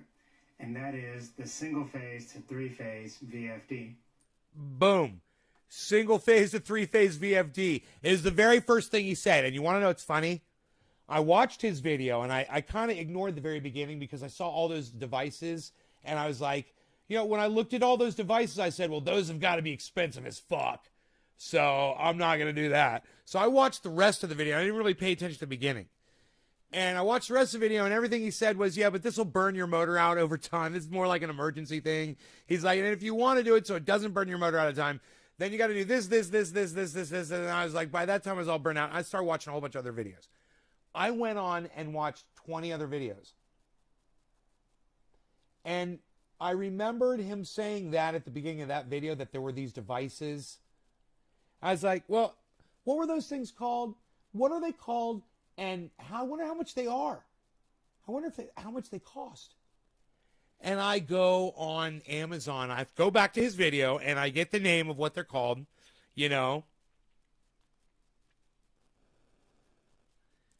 And son of a gun, if I don't find one of those things, the exact one I need actually is $85.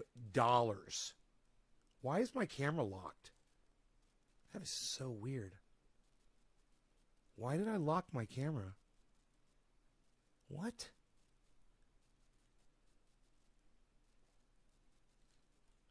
Oh. Oh, that's stupid. Okay. Huh, that was weird. Get the waterfall in there.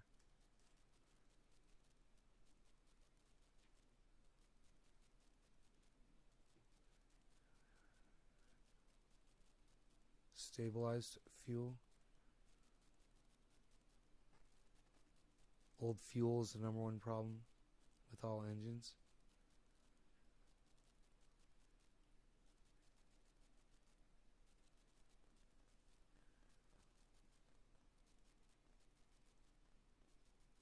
Years without gunk problems.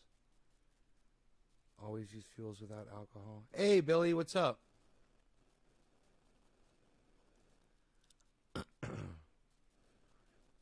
What do you think of the plants, bro? Looking good? Bushing out? Marks are way bigger than mine, man.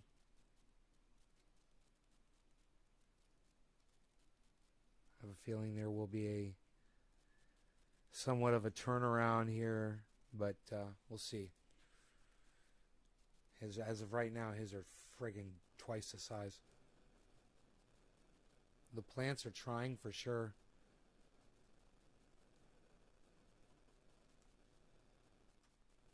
Plus, I did a whole bunch. I planted potatoes today. There's zucchini and tomatoes coming out. And I found a pole bean plant outside one of the pots, and I planted that inside pot number 3, which is right inside the door, right when you come in. So right when you come in, you'll see that pole bean every time you come in the door, Yeah. I can see it better if I looked over here. Yeah, I can see the pole bean, man. I can see it. It's right there. I can see the pole bean, bro. It's green. So it may have survived the transplant. Also, you'll notice the soil looks like it retained its moisture, which I'm surprised it didn't dry out. But I'm going to go out there. I'm going to wet it all down, all over. I'm going to keep wetting it down, keep wetting it down, and keep wetting it down. I'm going to get that soil so wet, it's going to soak all the way through eventually to the bottom on all of them. That's what I want. I want the water to go through all the way. It's going to take a long time to do it, but I'm going to go out there every day and just keep watering them in and just sprinkle at a time, sprinkle at a time. You don't want the water to run off. You want it to stay on top and sink in. So you just spritz, spritz, go on to the next one. Spritz, spritz. If there's water sitting, you move on to the next one. You know? And stay off the plants. Tonight, I'm going to go out there and water those plants down and get all the dust off them. They're going to be beautiful tomorrow. I'm going to spray all the dust off. In fact, I'm going to go do that right now. What do you guys think about that? There's too many people. I'm not going to leave you guys. But what if I were to... you were able to see me down there watering. Would you guys like that? Would you like to see me down there working? I could do as much as that. In your chat. In your chat.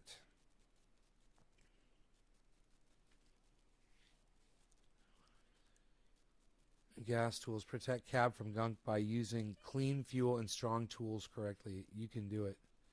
So, Chris, can you just, are you saying you just let, is it okay to just let the fuel, just run the motor until the fuel runs out of it and burn it all out? Or are you saying, like, you don't let the fuel sit more than 2 years in a gas can? Is that what you're saying?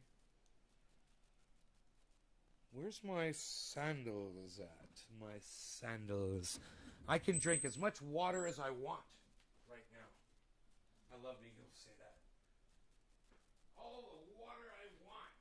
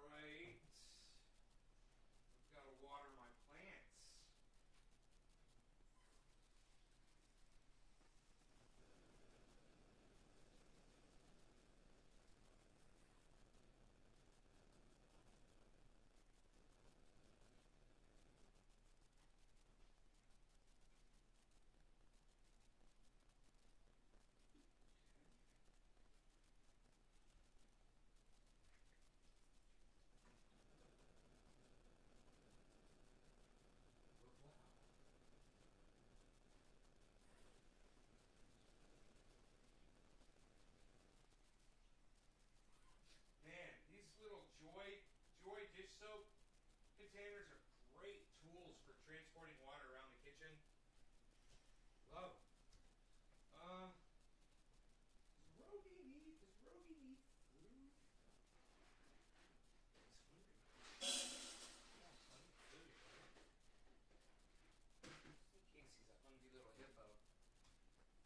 Just in case he's a hungry little hippo. Okay, let me get my sandals.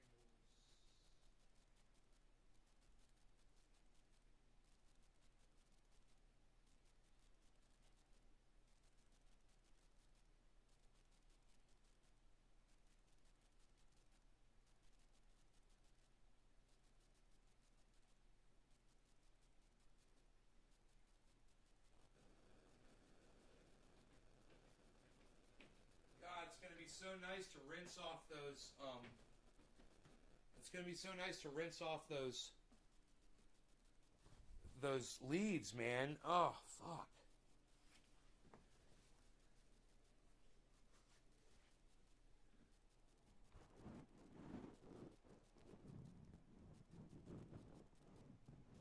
All right.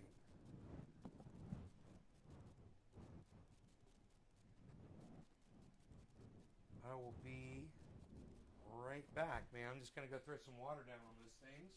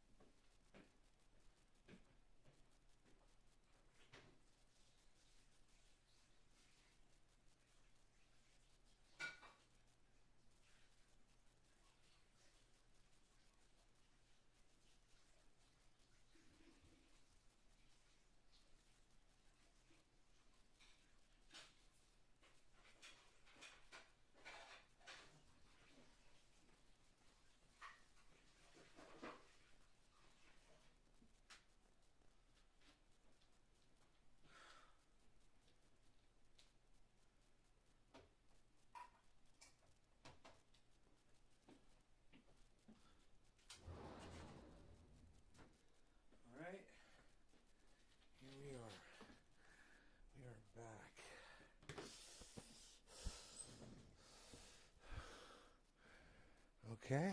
Wow. Look at y'all.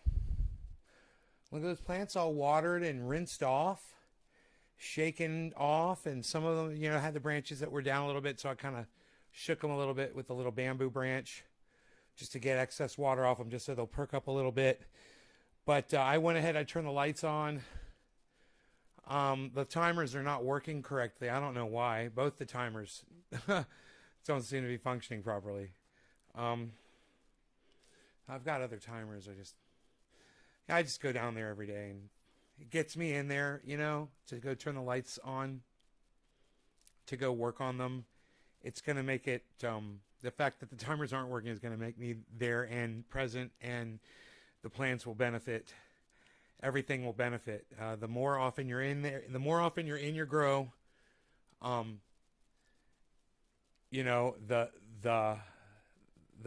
healthier it will be. It will reflect that your presence has been a huge influence on every aspect of that room. You being in there, it means so much, and there is so much to do in there, and just keeping that soil wet, man, when those roots hit that wet soil, they're going to be so freaking happy. They're just going to explode and just keep going through there. And I can put rings of nutrients on the outside, all kinds of stuff to make them just explode. Plenty of fish oil and fish emulsion and blood meal and bone meal and fish bone meal and fish meal and bat guano and Epsom salts and hard rock phosphate or soft rock phosphate, whatever it's called, and potash and alfalfa meal, cottonseed meal, earthworm castings, more vegetable compost. I've got a whole bucket of vegetable compost in there, and of course compost tea the whole time, which is in that bin over there. I haven't used it yet this year, but I should go out there with the watering can and start using the compost tea. And I've got a bag of compost right now that I could literally just take that. It's probably full of microbes and shit. Yeah, I don't like the smell of horse shit. I don't want the smell of horse shit around my plants. I don't appreciate that smell. If you like the smell of horse shit when you're working around your plants, Chris, that's you, bro.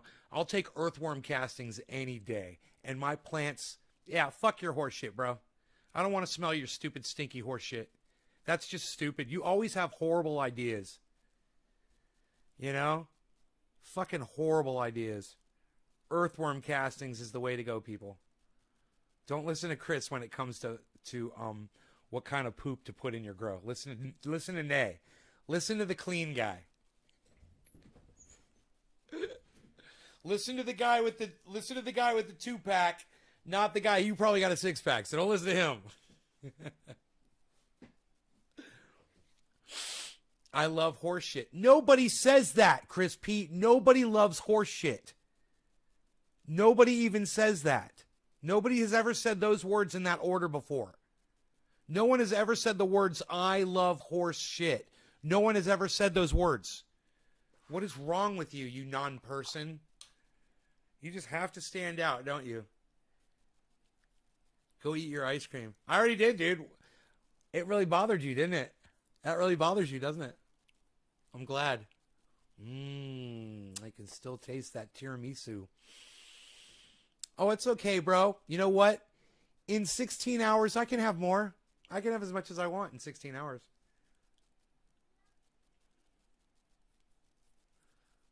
I says it. You two, nobody says that. Nobody says it. Chris is like, I says it. Let me ask you guys this. Did you enjoy watching me water the plants and water the ground out there? Did you see me watering the ground, guys? Getting it all nice and wet. That way Rogie doesn't snort up a foxtail. Because even though I weed eat it and stuff, they're still in there, you know. There's still foxtails in there. It's hard to get rid of every single one of them. Do I ride horses? Yeah, of course I do. Yeah, I ride horses.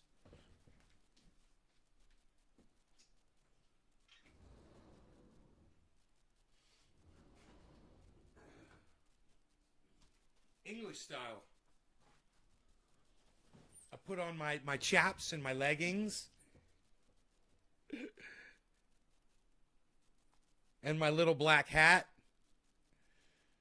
And my straight, perfect posture. I enjoyed watching you. Oh, Kat, you did? Oh, cool. Good. Okay, cool. Good.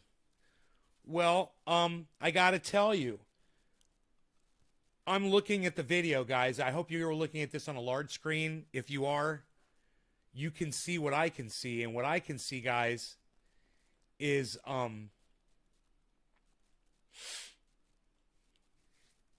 look how beautiful and green these plants look now that they're all rinsed off. Do you guys notice that? The leaves are really dusty. And as the water dries off of those leaves, I'm pretty sure those LED lights aren't enough to burn the leaves with the water droplets that are on there. And plus the LEDs, they're really far away from the plants. So I think we should be okay with that. I could go pull the plug, just let them dry for a couple hours just to be safe. I don't want to get water spots on my leaves. But I shook off a good part of it, and like I said, the lights are really far away. It's not like sunlight, and it's not like a grow light, that's right above the plant. It's just a light to keep it from going into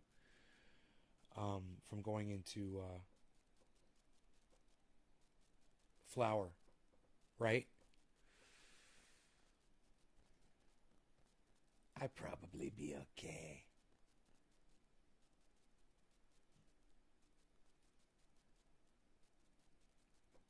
I could kill those lights from right here in the kitchen if I wanted to. I got the circuit breaker up here.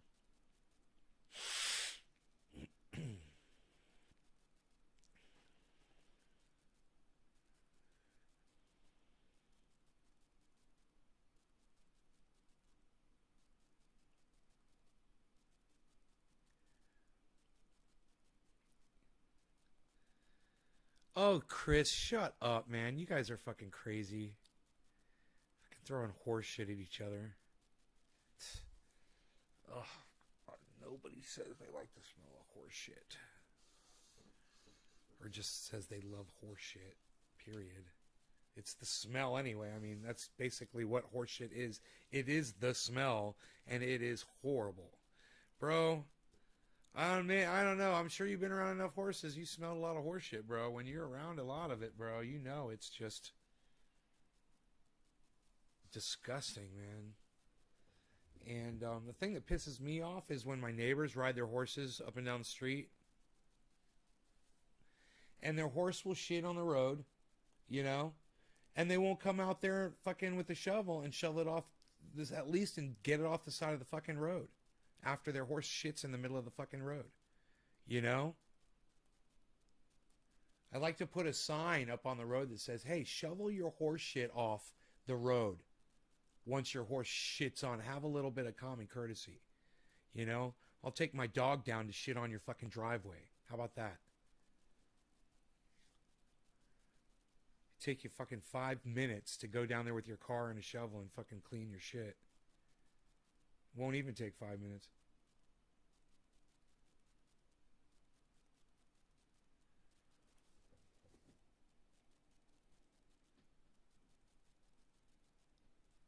I don't know what that means, but yeah, fuck horses, man. Fuck them. I can't believe, and let me tell you something else about horses. I can't believe people that have horses and think that it's like some kind of a fucking pet, and enjoy that like a person enjoys a dog. It's like, I'm not saying that a horse isn't lovable and that isn't worthy of being your pet, but if it was forced on you or something like that. But to go out of your way to purchase one or to obtain one, it's just complete insanity. Your whole life comes to a fucking halt. Who are you going to get to take care of that horse if you want to get away for a day or two? You know? It's like, what the fuck are you doing? Fucking horses, man.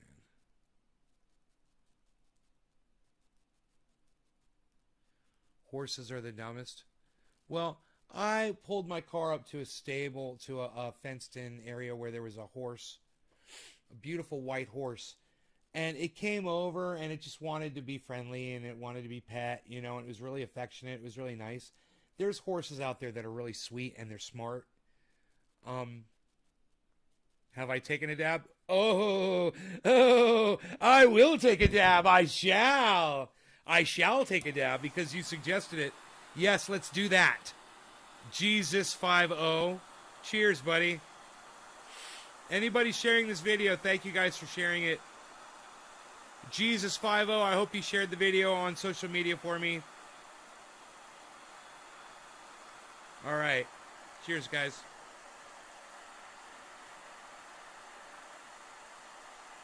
Yeah, we've been live for over 2 hours. I've been smoking the whole time, man. We've been live.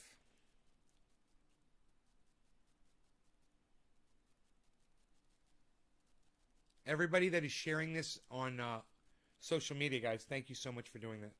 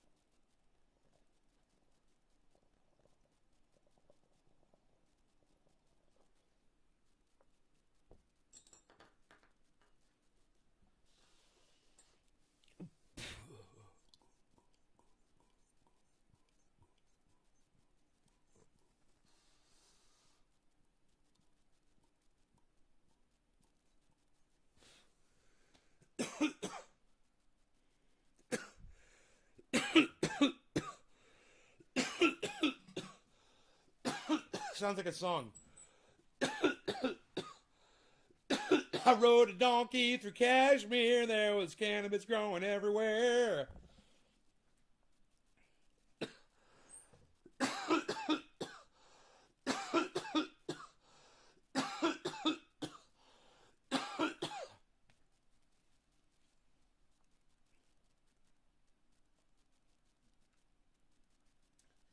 Dude, that dab was so delicioso. Delicioso!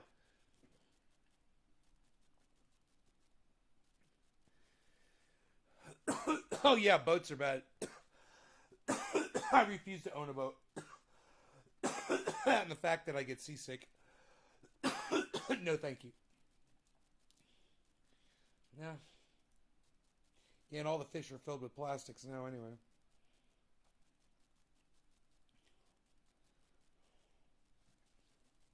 You know, there's 21 of you guys here. Who's going to leave my show if I play you one song on my guitar? Who's going to leave? I want you guys to be honest with me. If I play you one song on my acoustic guitar, there's 21 people here. Who's going to leave the show because I play you one song on my guitar? Who would do that to me? Because it's just not nice. And I want you guys to stay and watch the rest of the show. Even after the song. I don't want to play the song and have a third of my audience leave like yesterday when I did that. So would you guys consider not leaving this time if I play you one song on my guitar? Okay? Can we do this? Are we good? All right? Are we good? Can we do this? All right. One song.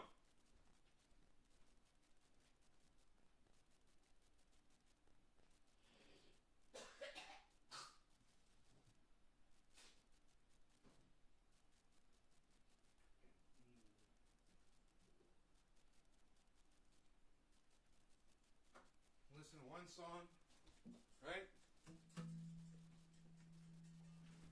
And you know, if you guys wanted a whole bunch of songs, I'm always down for that. I know I can only get away with one song. But if you guys wanted a whole bunch, you put a whole bunch of candles in the chat. I like those candles in the chat, man.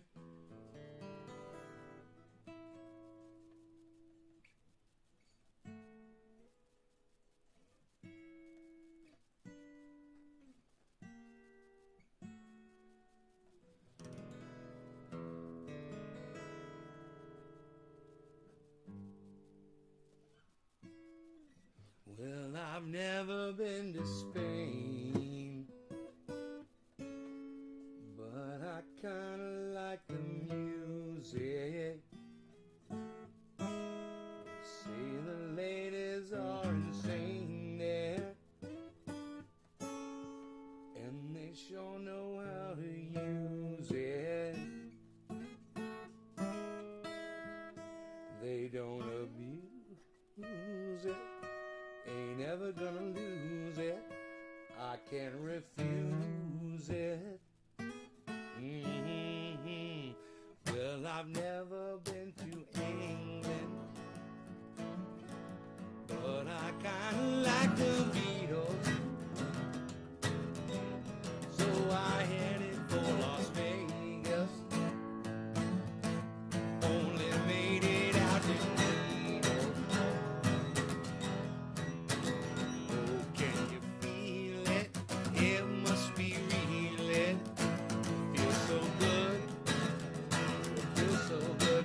Well, I never been to heaven, but I've been to Oklahoma. Well, they tell me I was born there, but I really don't remember. In Oklahoma, not Arizona. What does it matter? What does it matter?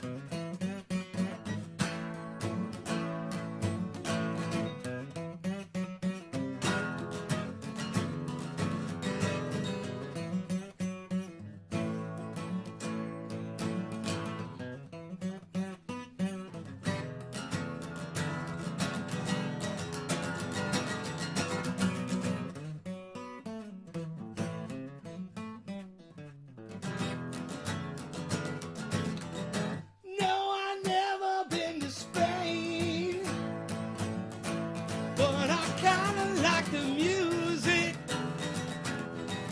Heard the ladies are insane there, and they sure know how to use it. I can't refuse it, ain't never lose it. I can't refuse it. Ooh, yeah, no, I never been to heaven, but I've been to Oklahoma. Well, they tell me I was born there, but I really don't remember. In Oklahoma, not Arizona. What does it matter? It doesn't matter.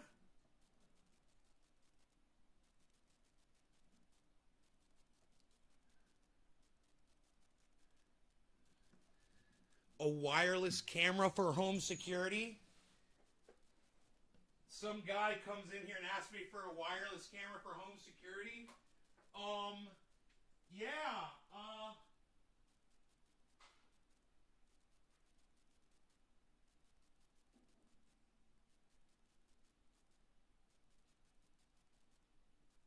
wireless camera for home security. Wireless camera for home security. My favorite one, I got a whole bunch. My favorite one, bro, the fucking Nest Cam. I love it. Check that bad boy out. I fucking love the Nest Cam. Thank you, Wyman. Dude, the Nest Cam, you fucking put it anywhere you want, anywhere in the house within range of your Wi-Fi. You put it outside, you put it inside, and you can access it from anywhere in the world. And I do all the time. When I leave the country or when I leave the state, bro, even if I leave my house and I'm going to hang out with my friends for hours and shit, I'll tune into that motherfucker. It's great. I fucking love it. What's the current update on the cryptocurrency? Let's get rid of this. Wait, not that. Let's get rid of that. And let's get rid of that.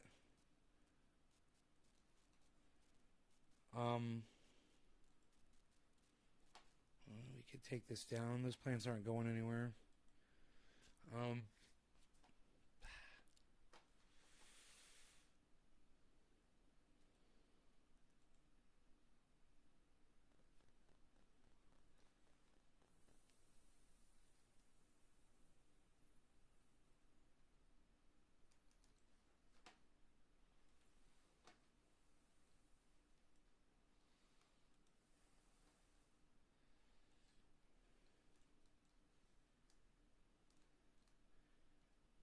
There you go. Bitcoin's at 34,000. Ethereum's at 2,000.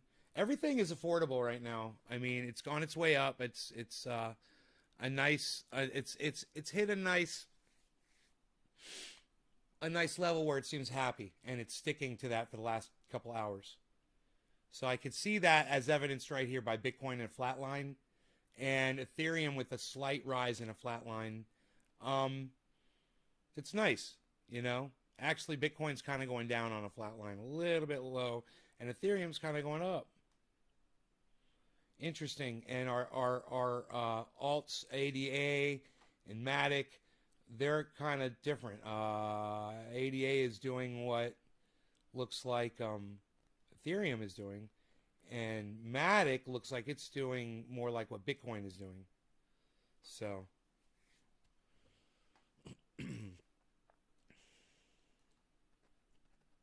overall, comp is +8, HBAR is +8. Nothing's really bouncing crazy. There's a lot in the red though, and Earn is -29. That's not a good sign. Eagle -10. This is not a good sign. This is actually, it looks like it's lower than it was before when we tuned in. So we'll just have to keep our eye on it. I mean, this is the week, man. This is really scary to happen. You would expect something like this to happen on a weekend, but for this to happen on a Tuesday, oh my goodness. Who knows?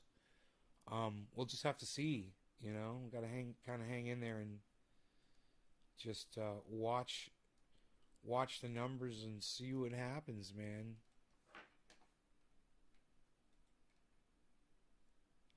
Doge is 20 cents. Bitcoin 33.9. Doge is 21 cents for Doge. No, Matic is down, man. I told people to buy it at $1.61, but that's fine. Everything is down from where it was. It's fine. This is exactly what we expected. Because Matic will be way above $1.61. I promise you that. It's at $1.17 right now, and Cardano will be way over $1.24. I promise you that. And Ethereum will be way over 2,000, and Bitcoin will be way over 34,000. Way. So, those of you that are hodling, that are just watching this happen, like I am, you're going to fucking love where it is in a few years. You're going to be really happy. You're going to be really glad that you did this. Remember, only 6% of Americans hold some kind of cryptocurrency. Only 6%. You are on the beginning. If you hold any of this stuff, you are on the front of the wave, man. You're ahead of everybody else. And as people clue into it, what you're going to find out is you're jumping in early is resulted in you guys making a ton of wealth. You guys are all going to be fucking so wealthy. You know, and those of you who have like a little bit of Doge or a little bit of this or a little bit of that, it's a few bucks, you know, $20 or $50 or whatever, and it went up to 100 or went up to 1,000 or whatever, and then you sold it all or whatever. You guys are fucking idiots. You guys are greedy, stupid little fucking idiots. Keep your money in. If you didn't sell your shit to buy in at a lower price, you're fucking up. I'm telling you, you're going to live to regret. You've heard the stories before. Leave your fucking money in. Leave your money in this market. Hey, Jesus. We don't call it marijuana. That's racist. We call it cannabis. It's racist, bro. It's a racist word.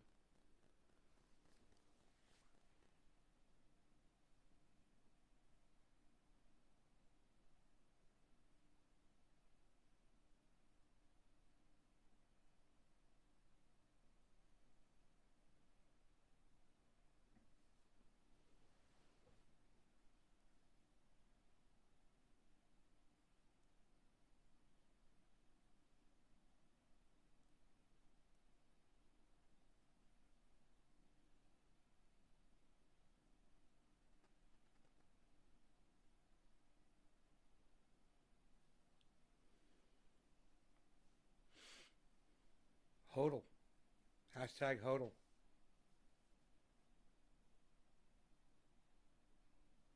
You got to put it in there and not look at it. If it bothers you, you got to put it in there and not look at it.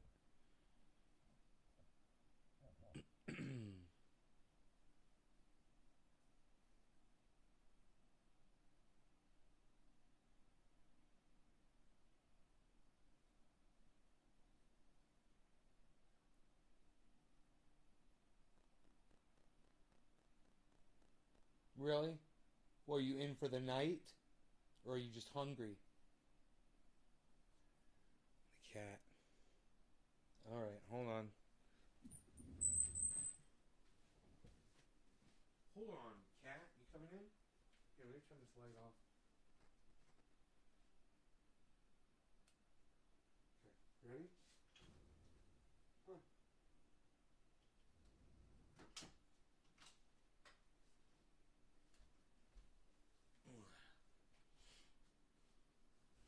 You. That's how you open the door. You gotta turn the light off. Turn the light off. I was arrested in Texas and went to high school in Rockwall near Lake Ray Hubbard, Dallas. Right. Okay. I'm high as fuck. I wonder what I'm going to do for the rest of the night. Usually I eat, but now I don't do that anymore. I don't eat. You know? So, 15 hours to go before I'm allowed to eat again, but I'm not keeping track or anything. I should be drinking my water.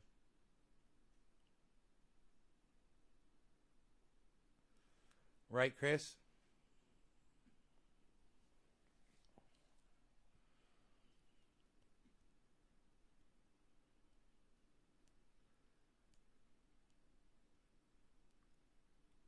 I'm telling you guys right now, I'm looking at these prices.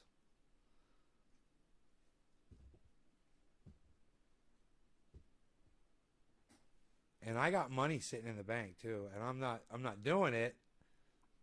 But if you've got money sitting in the bank and you want to do it, man, now is a great time. The Moon Carl says anytime you could buy Bitcoin under $40,000, do it. And it's at 34 right now. It's 6,000 underneath that.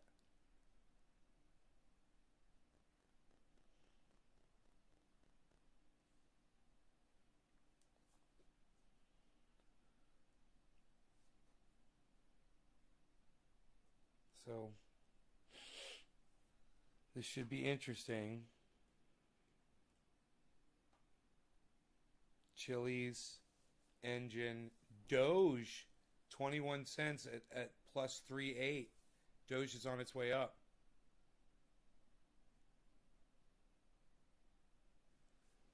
Man, 1,000. If I had $1,000, I wouldn't put all of it on Doge, bro. But I'd get some Doge, bro.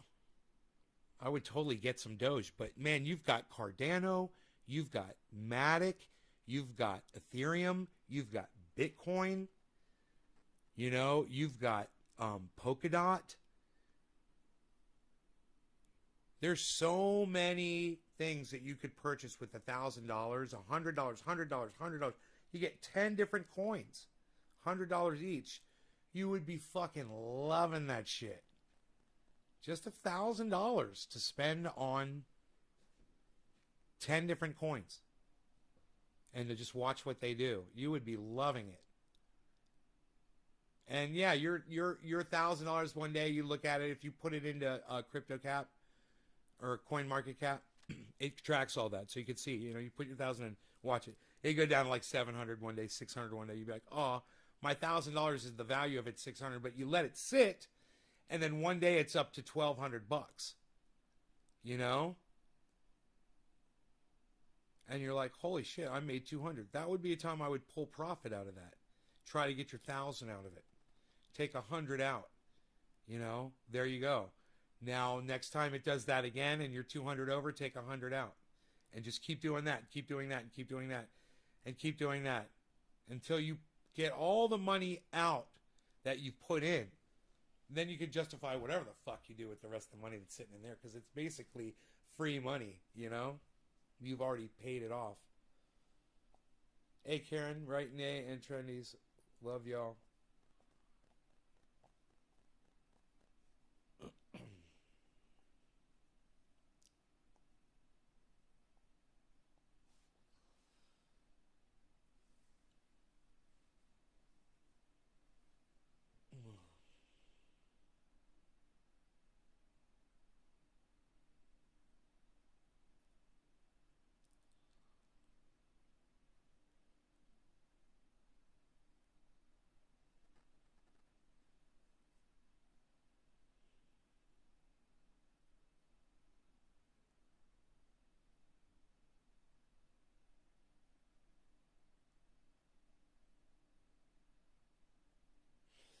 My father started the company that I invested in. It was a mini storage company. You can do it with crypto, John. You can do what I did, but you can do it with crypto. You could start trading, you know, like the Moon does, like Carl the Moon. You could totally make a fortune doing that. You know, I'm not making money off of my investment.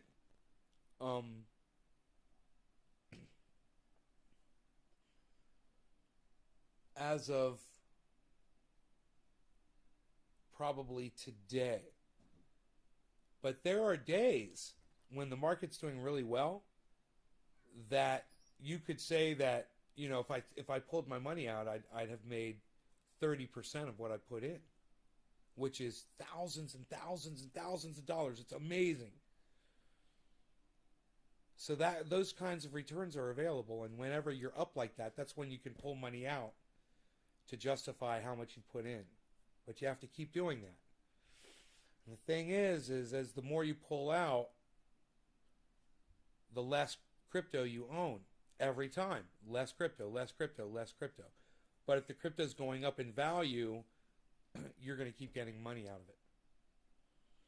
And you can repurchase crypto when it's really cheap with some of the money that you pulled out, and I've done that too. You know? I did it with Matic a few times. Right now, I could look and see the last time I bought Matic. This would be kind of longing Matic, but I go to CoinMarketCap. I go to CoinMarketCap on my phone, go to my Matic,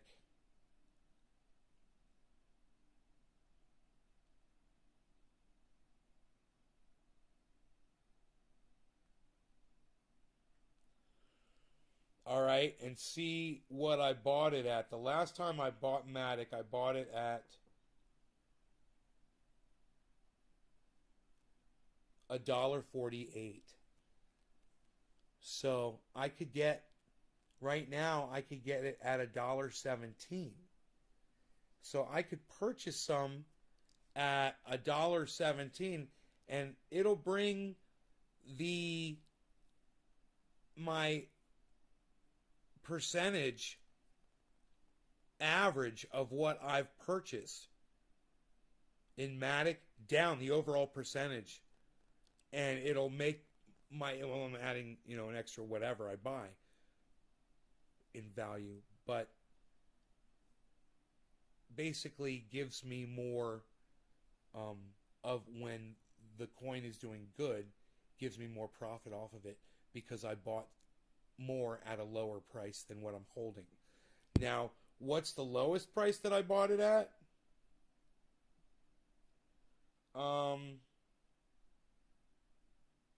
When I first bought it,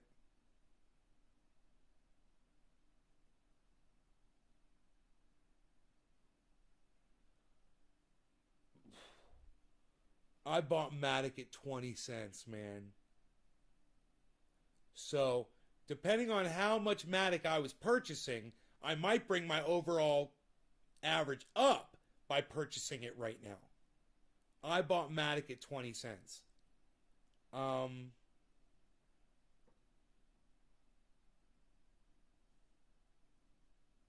I also bought it at 34 cents.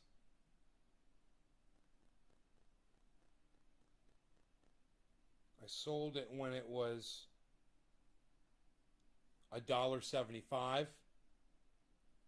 Savvy.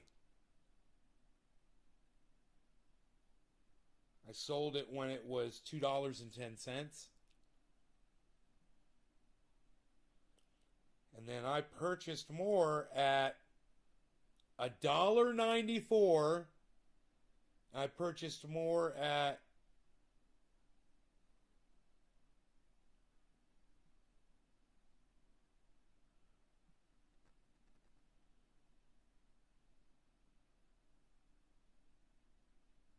$1.80.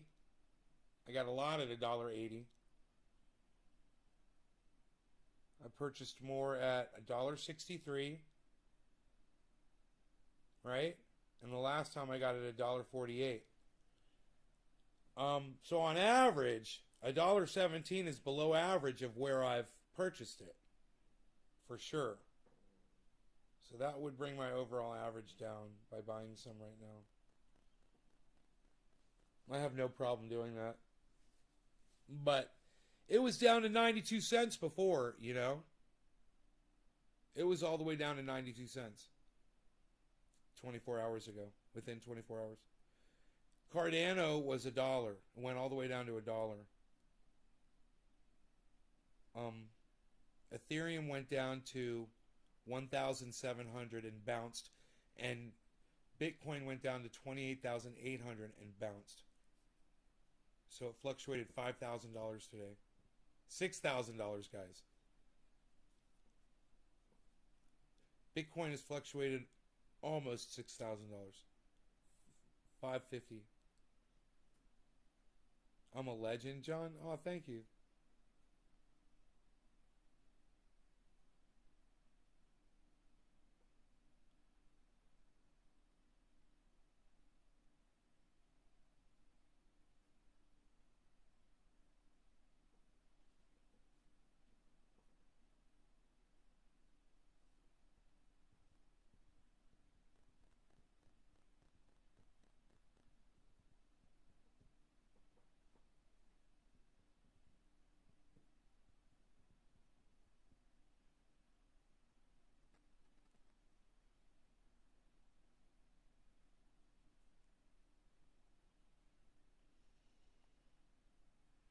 XRP is 50 cents.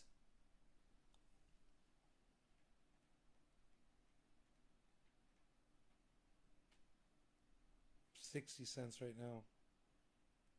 Wow.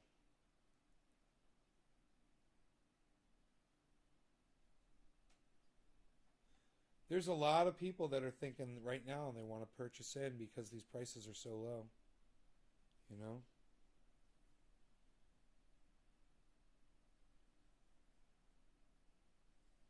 I love when I pull profits. When you saw, I was telling you, I sold it at a $2 or whatever.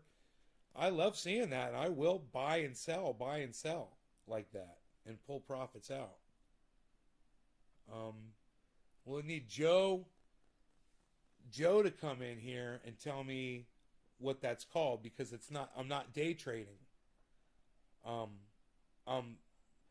buying when it's low and I'm selling when it's high, pulling profits.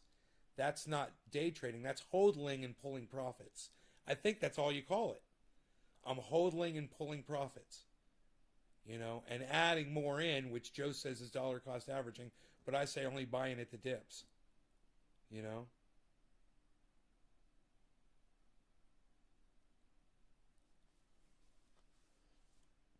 This is a dip for sure. If you looked at this over a period of, a week, this would probably be a crazy ass dip. Let me see.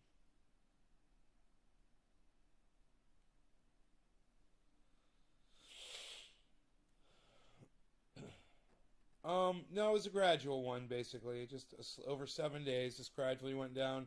And then over the last day, yeah, there was a big drop. And now it's recovered from a huge drop. My portfolio's actually looking better than it was. It was really low, man. So, yay. My portfolio, I gotta get, here, I can just do this.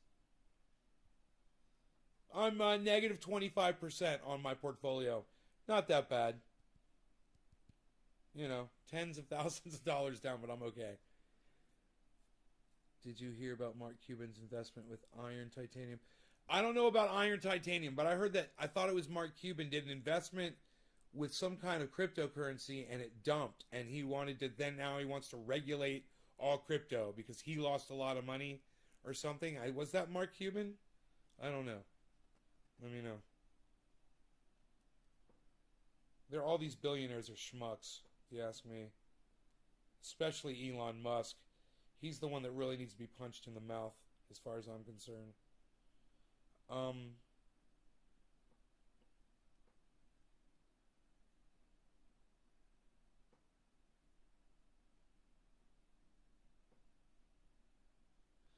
Harmony is 6 cents, guys. One of my favorites, Harmony.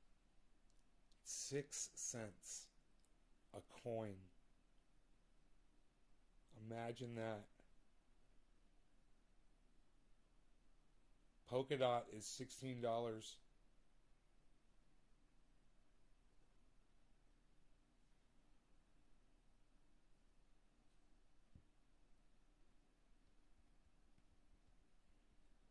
So 92 cents, and Bitcoin went down to 28. It never went down to this 22 figure, but it did go down to 28.8. It bounced right up off of it. 28.8. Exactly. I mean, you guys need to look at that so you can see it. Right here. 28.8 to the exact 0.0. I mean, is that as low as Bitcoin can go? Is 28.8? It can't go any lower than that? Then you're 5K over that already. What are we going to do? Are we about to go up? Is it about to explode? I'm always willing to buy Matic. Always. And I think I'm going to buy some right now. I think I'm going to buy one little chunk of Matic to add to my Matic collection. I'm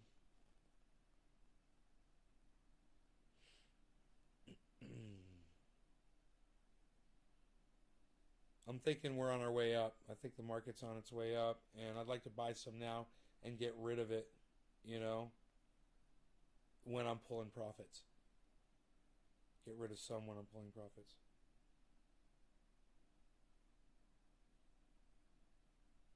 Where's my Matic? Where's my Matic? Where's my Matic?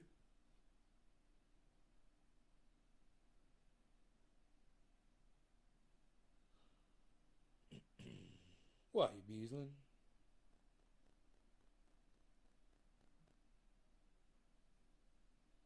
Why you beasling?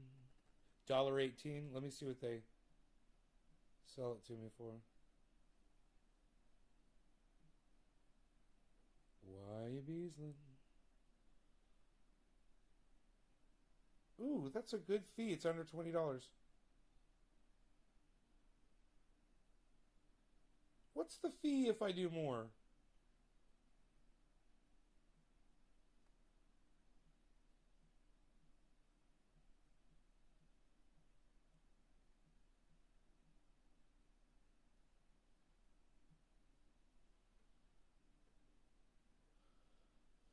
Yeah, that's $9 more. Huh, that's a bargain for me.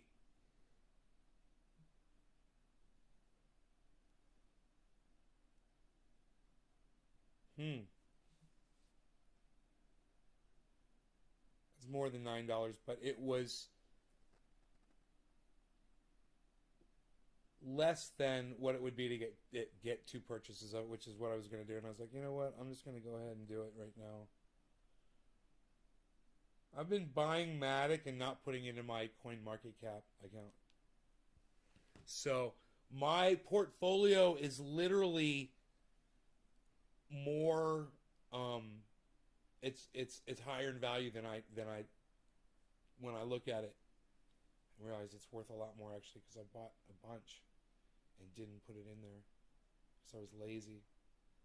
You can add it anytime you want. That's the beauty of it. But that will also affect your overall percentage of how your portfolio is. So if you're buying in the dips like I am, and then you check your portfolio when the market's doing well, that will, when you have those values entered in there, it will show you a much better percentage outlook over what you would if you hadn't put them in. It's a good idea to enter your stuff in, keep track, keep up with it. But you can always go through and update, The bank took the money? I don't understand. Bitcoin up 3%. Altcoins maybe go up this morning. 33.8.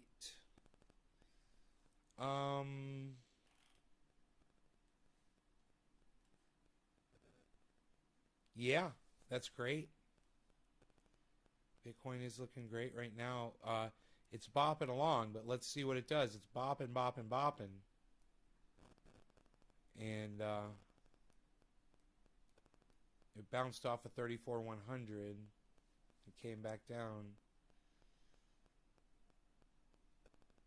We'll just see if there's any, if people are going to buy in right now, because I plan on pulling profits off of Matic when it's over $1.17. So if it's at $1.17 right now, and I just purchased a good amount, so when it goes up to, let's say, it's at $1.30, and Matic was at $1. I'm telling you to buy it at $1.61, and it might very well go way past $1.61. But even if it's at $1.30, I could be pulling profits from overall because I made this purchase now, and it will make it a more lucrative profit pull than had I not purchased Matic at $1.17, right? So, yeah, I'm always looking to put my money into the market. It always does. It's going to do better. I'm going to eventually overall make a lot more money with it sitting in crypto than it would if it was sitting in a bank. As long as I keep pulling those profits when the market is high. I want to kill this fucking fly.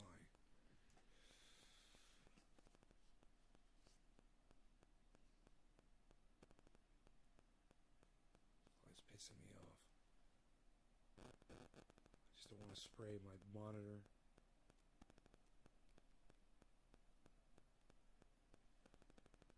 Okay, he flew. Oh, I was gonna say he flew in the living room.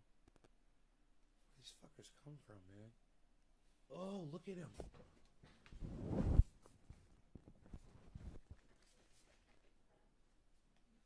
gonna try to ground him with my peppermint power spray. My peppermint power spray.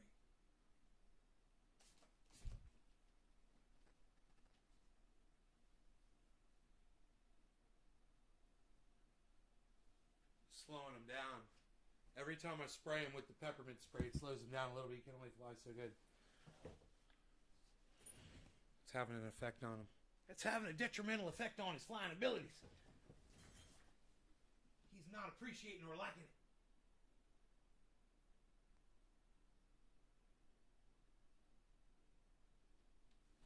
I lost sight of him.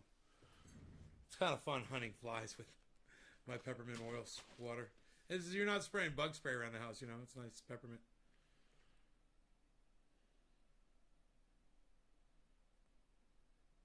Mark Cuban didn't get rug pulled. The bank took his money and he's blaming crypto. Oh, I saw what you said. He's blaming crypto. Oh, the bank took his money? How many millions of dollars did they take from him?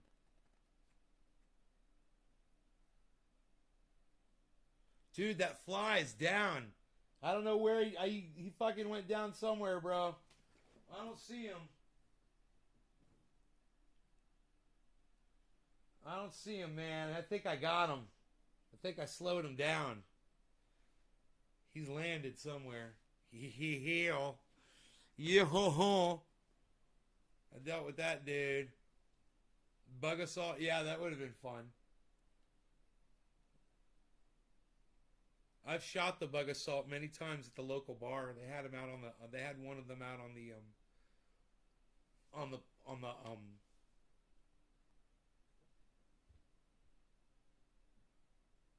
back deck where you could eat.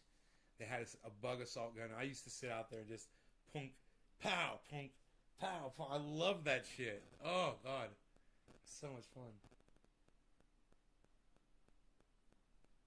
Great. I love the bug assault. Love it. I like the bug assault in super slow-mo. If you've seen the bug assault in super slow-mo, to see what the salt does to a fly in super slow-mo, it's crazy. It fucks them up, man. It's just like, bam, dead. Great. Is that 3 spiders?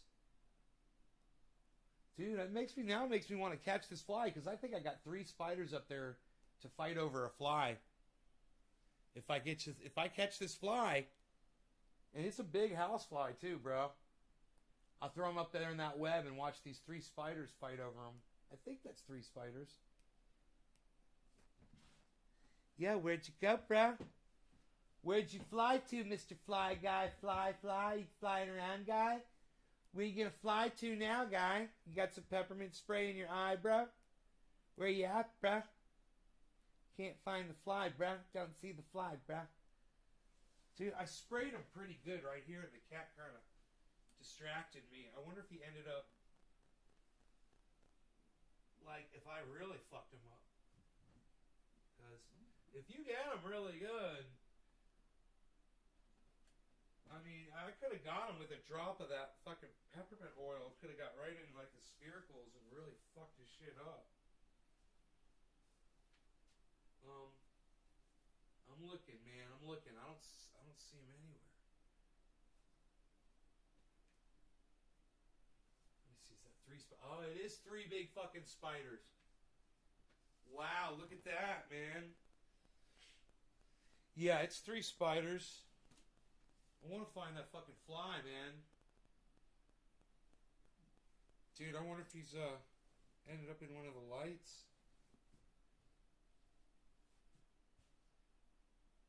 Oh, he could be by the cat food, too. Let me check over there.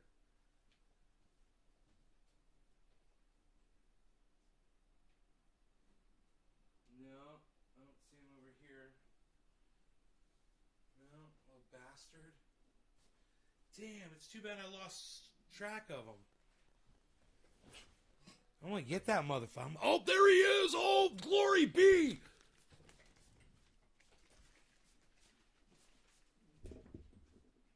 Oh my god, I almost knocked my bong over.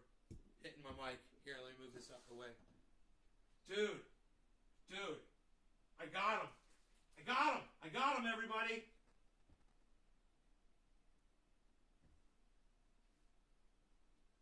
I got the fly. Bowflow. I'm throwing them in the spider webs. Hold, please. The spider webs are over here. In the corner. Up top here in that corner. Here we go.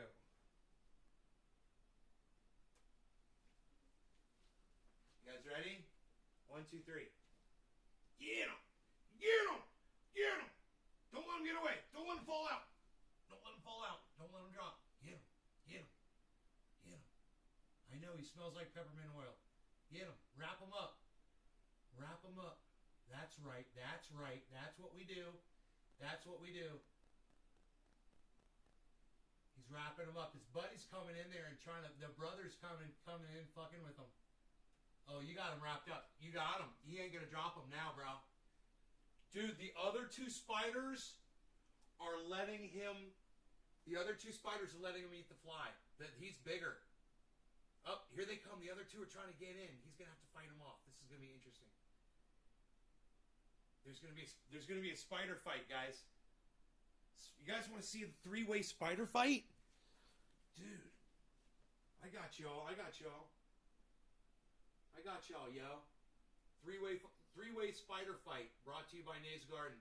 Bro, you watch this. You watch this show because you never know what you're gonna see. 3 spiders fighting over a fly. Brought to you by naysgarden.com. Click on the link at the top of the screen. Grow 4 pounds for free information on how to grow 4 pounds on your veggies, or tune into my live podcast 3 times a day for personal access to my grow information.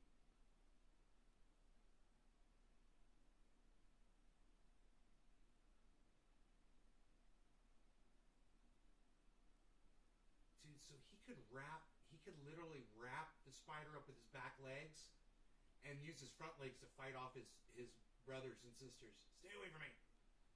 He confused one with the other. The other one's like, wait, I was just chilling here. Why do you have to come here and mess with me? Now you got to deal with both of them. You fucked up, bro. You fucked up, bro. Now the other one's working on it. Oh, dude. You guys are...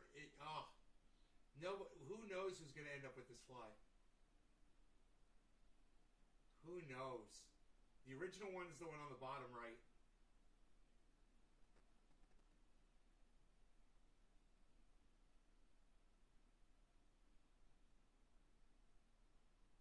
There's no reason why they both can't eat that fly at the same time, you know? They might just happen to do that. We'll see. It'll be so interesting to find out. Dude, you guys want to see 3 spiders fighting over a fly? It's fucking great, man. This is like some classic Trendy As Dabbers Bowflow Splatow. Alright, here, check this out.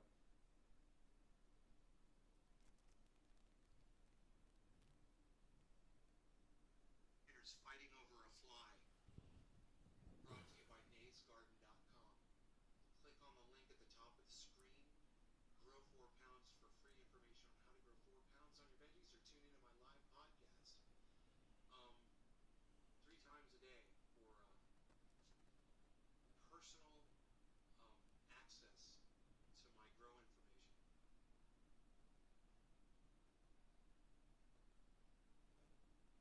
Yeah, flies to lizards. That's awesome. I've got a Dude,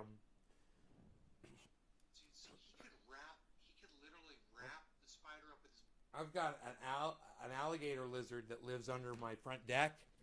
I call him Godzilla. He's this big, maybe a little bit bigger. He's like this big. He's probably about 8 inches long.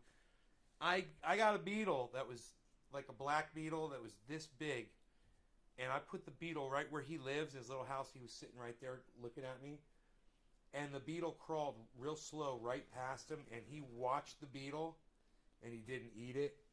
And I was like, he's probably been eating all day, and he's probably fucking full. And he's probably going to watch that beetle and eat it later, I bet, you know? Lol, they are. Yeah, well, right now, only one spider is working on the fly, and the other two are off to the side. Now, the other one's coming over.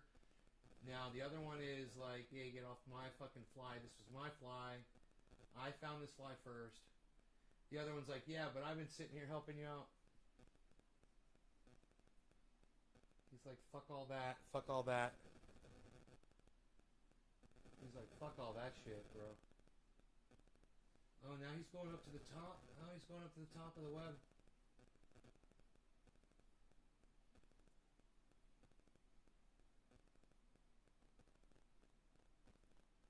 He's going up. He went up to the top of the web and he's coming back down. This is crazy.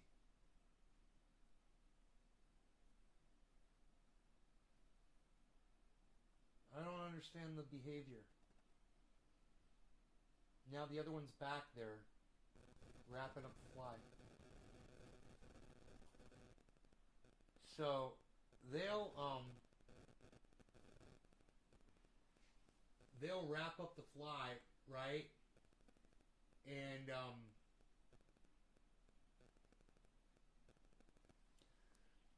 they'll keep biting the fly to see if the fly struggles. And when they bite the fly and it barely struggles at all, that's when they fucking bite into it and inject it with poison. And then they'll chill for like a minute or two. And they'll come back and they'll grab that fucking fly and they'll pull it up to the top of the web. I've seen them do it a bunch of times. And then they'll sink their talons, their fangs into it. And then they'll just sit there and suck the juice out of it. And then they cut the web off and they drop the fucker out of the web when they're done with it. It's pretty amazing.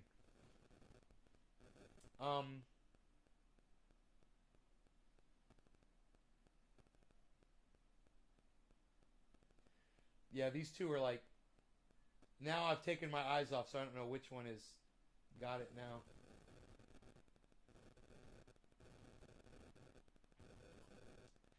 Three spiders in one web, and they're all just like, you know... They got to take their turns over who gets to eat what. Because once one eats... It's done, and if another fly lands in that web, the other two are gonna have first pick at it. You know, the other one's not gonna be interested. It's gonna be hibernating. So they'll all probably be able to live together, the three of them. No, alligator lizard twists their body. No, man, I picked one up the other day. He didn't try to bite me at all. I don't think I've ever had an alligator lizard try to bite me. Maybe one time. But not really. Oh, they're so cool. I love them. I love the alligator lizards. There's red ones, and this one I call Godzilla is green. Just fucking beautiful. I just fucked up his whole world down there with, you know, all the cleaning I've been doing. And so I built him a house, and he loves it. Because I saw where he was living, and I was like, oh my God, you know, a fucking raccoon or a cat or a rat could get in here at you. So I put little roofs and bricks around it and shit. So it's like a shelter now. And nothing can get in from the top. And so the toad can get through there and the lizards can get through there. And he's sitting there at the very end of the cave. It's like a cave. And it's like 12 feet long. It's covered by screens and bricks. And it's cool. Maybe I'll show you guys what I did. And he's sitting right at the mouth of it. You know? It's like he's got that whole thing back there now. And all he could just walk back through that cave and just wait for bugs to come through there, I bet, you know?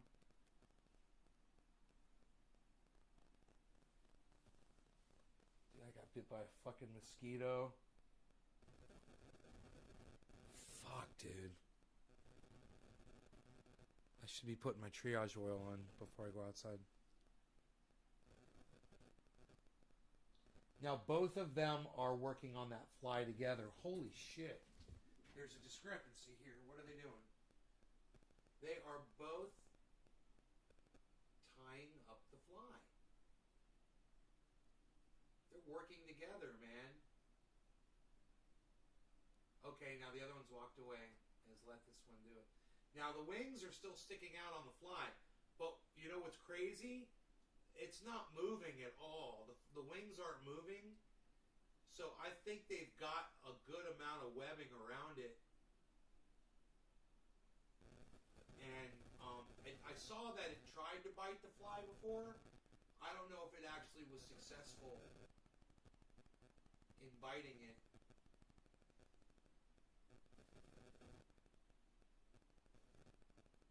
Yet.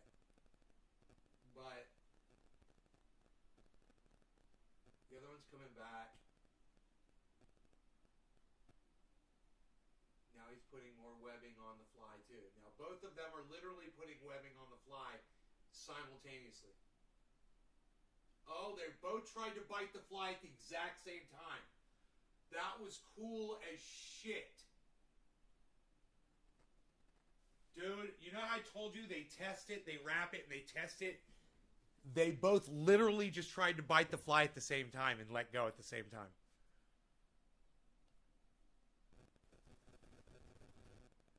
Right, John? You got little spiders? That's cool. That's awesome. So, my Matic has already gone up a penny. It's already gone up a penny. So hopefully this is a trend. It's going up, and Matic will shoot up to like $1.30, $1.40, and maybe I'll pull profits. You know, maybe I'll pull a few $100 out or whatever.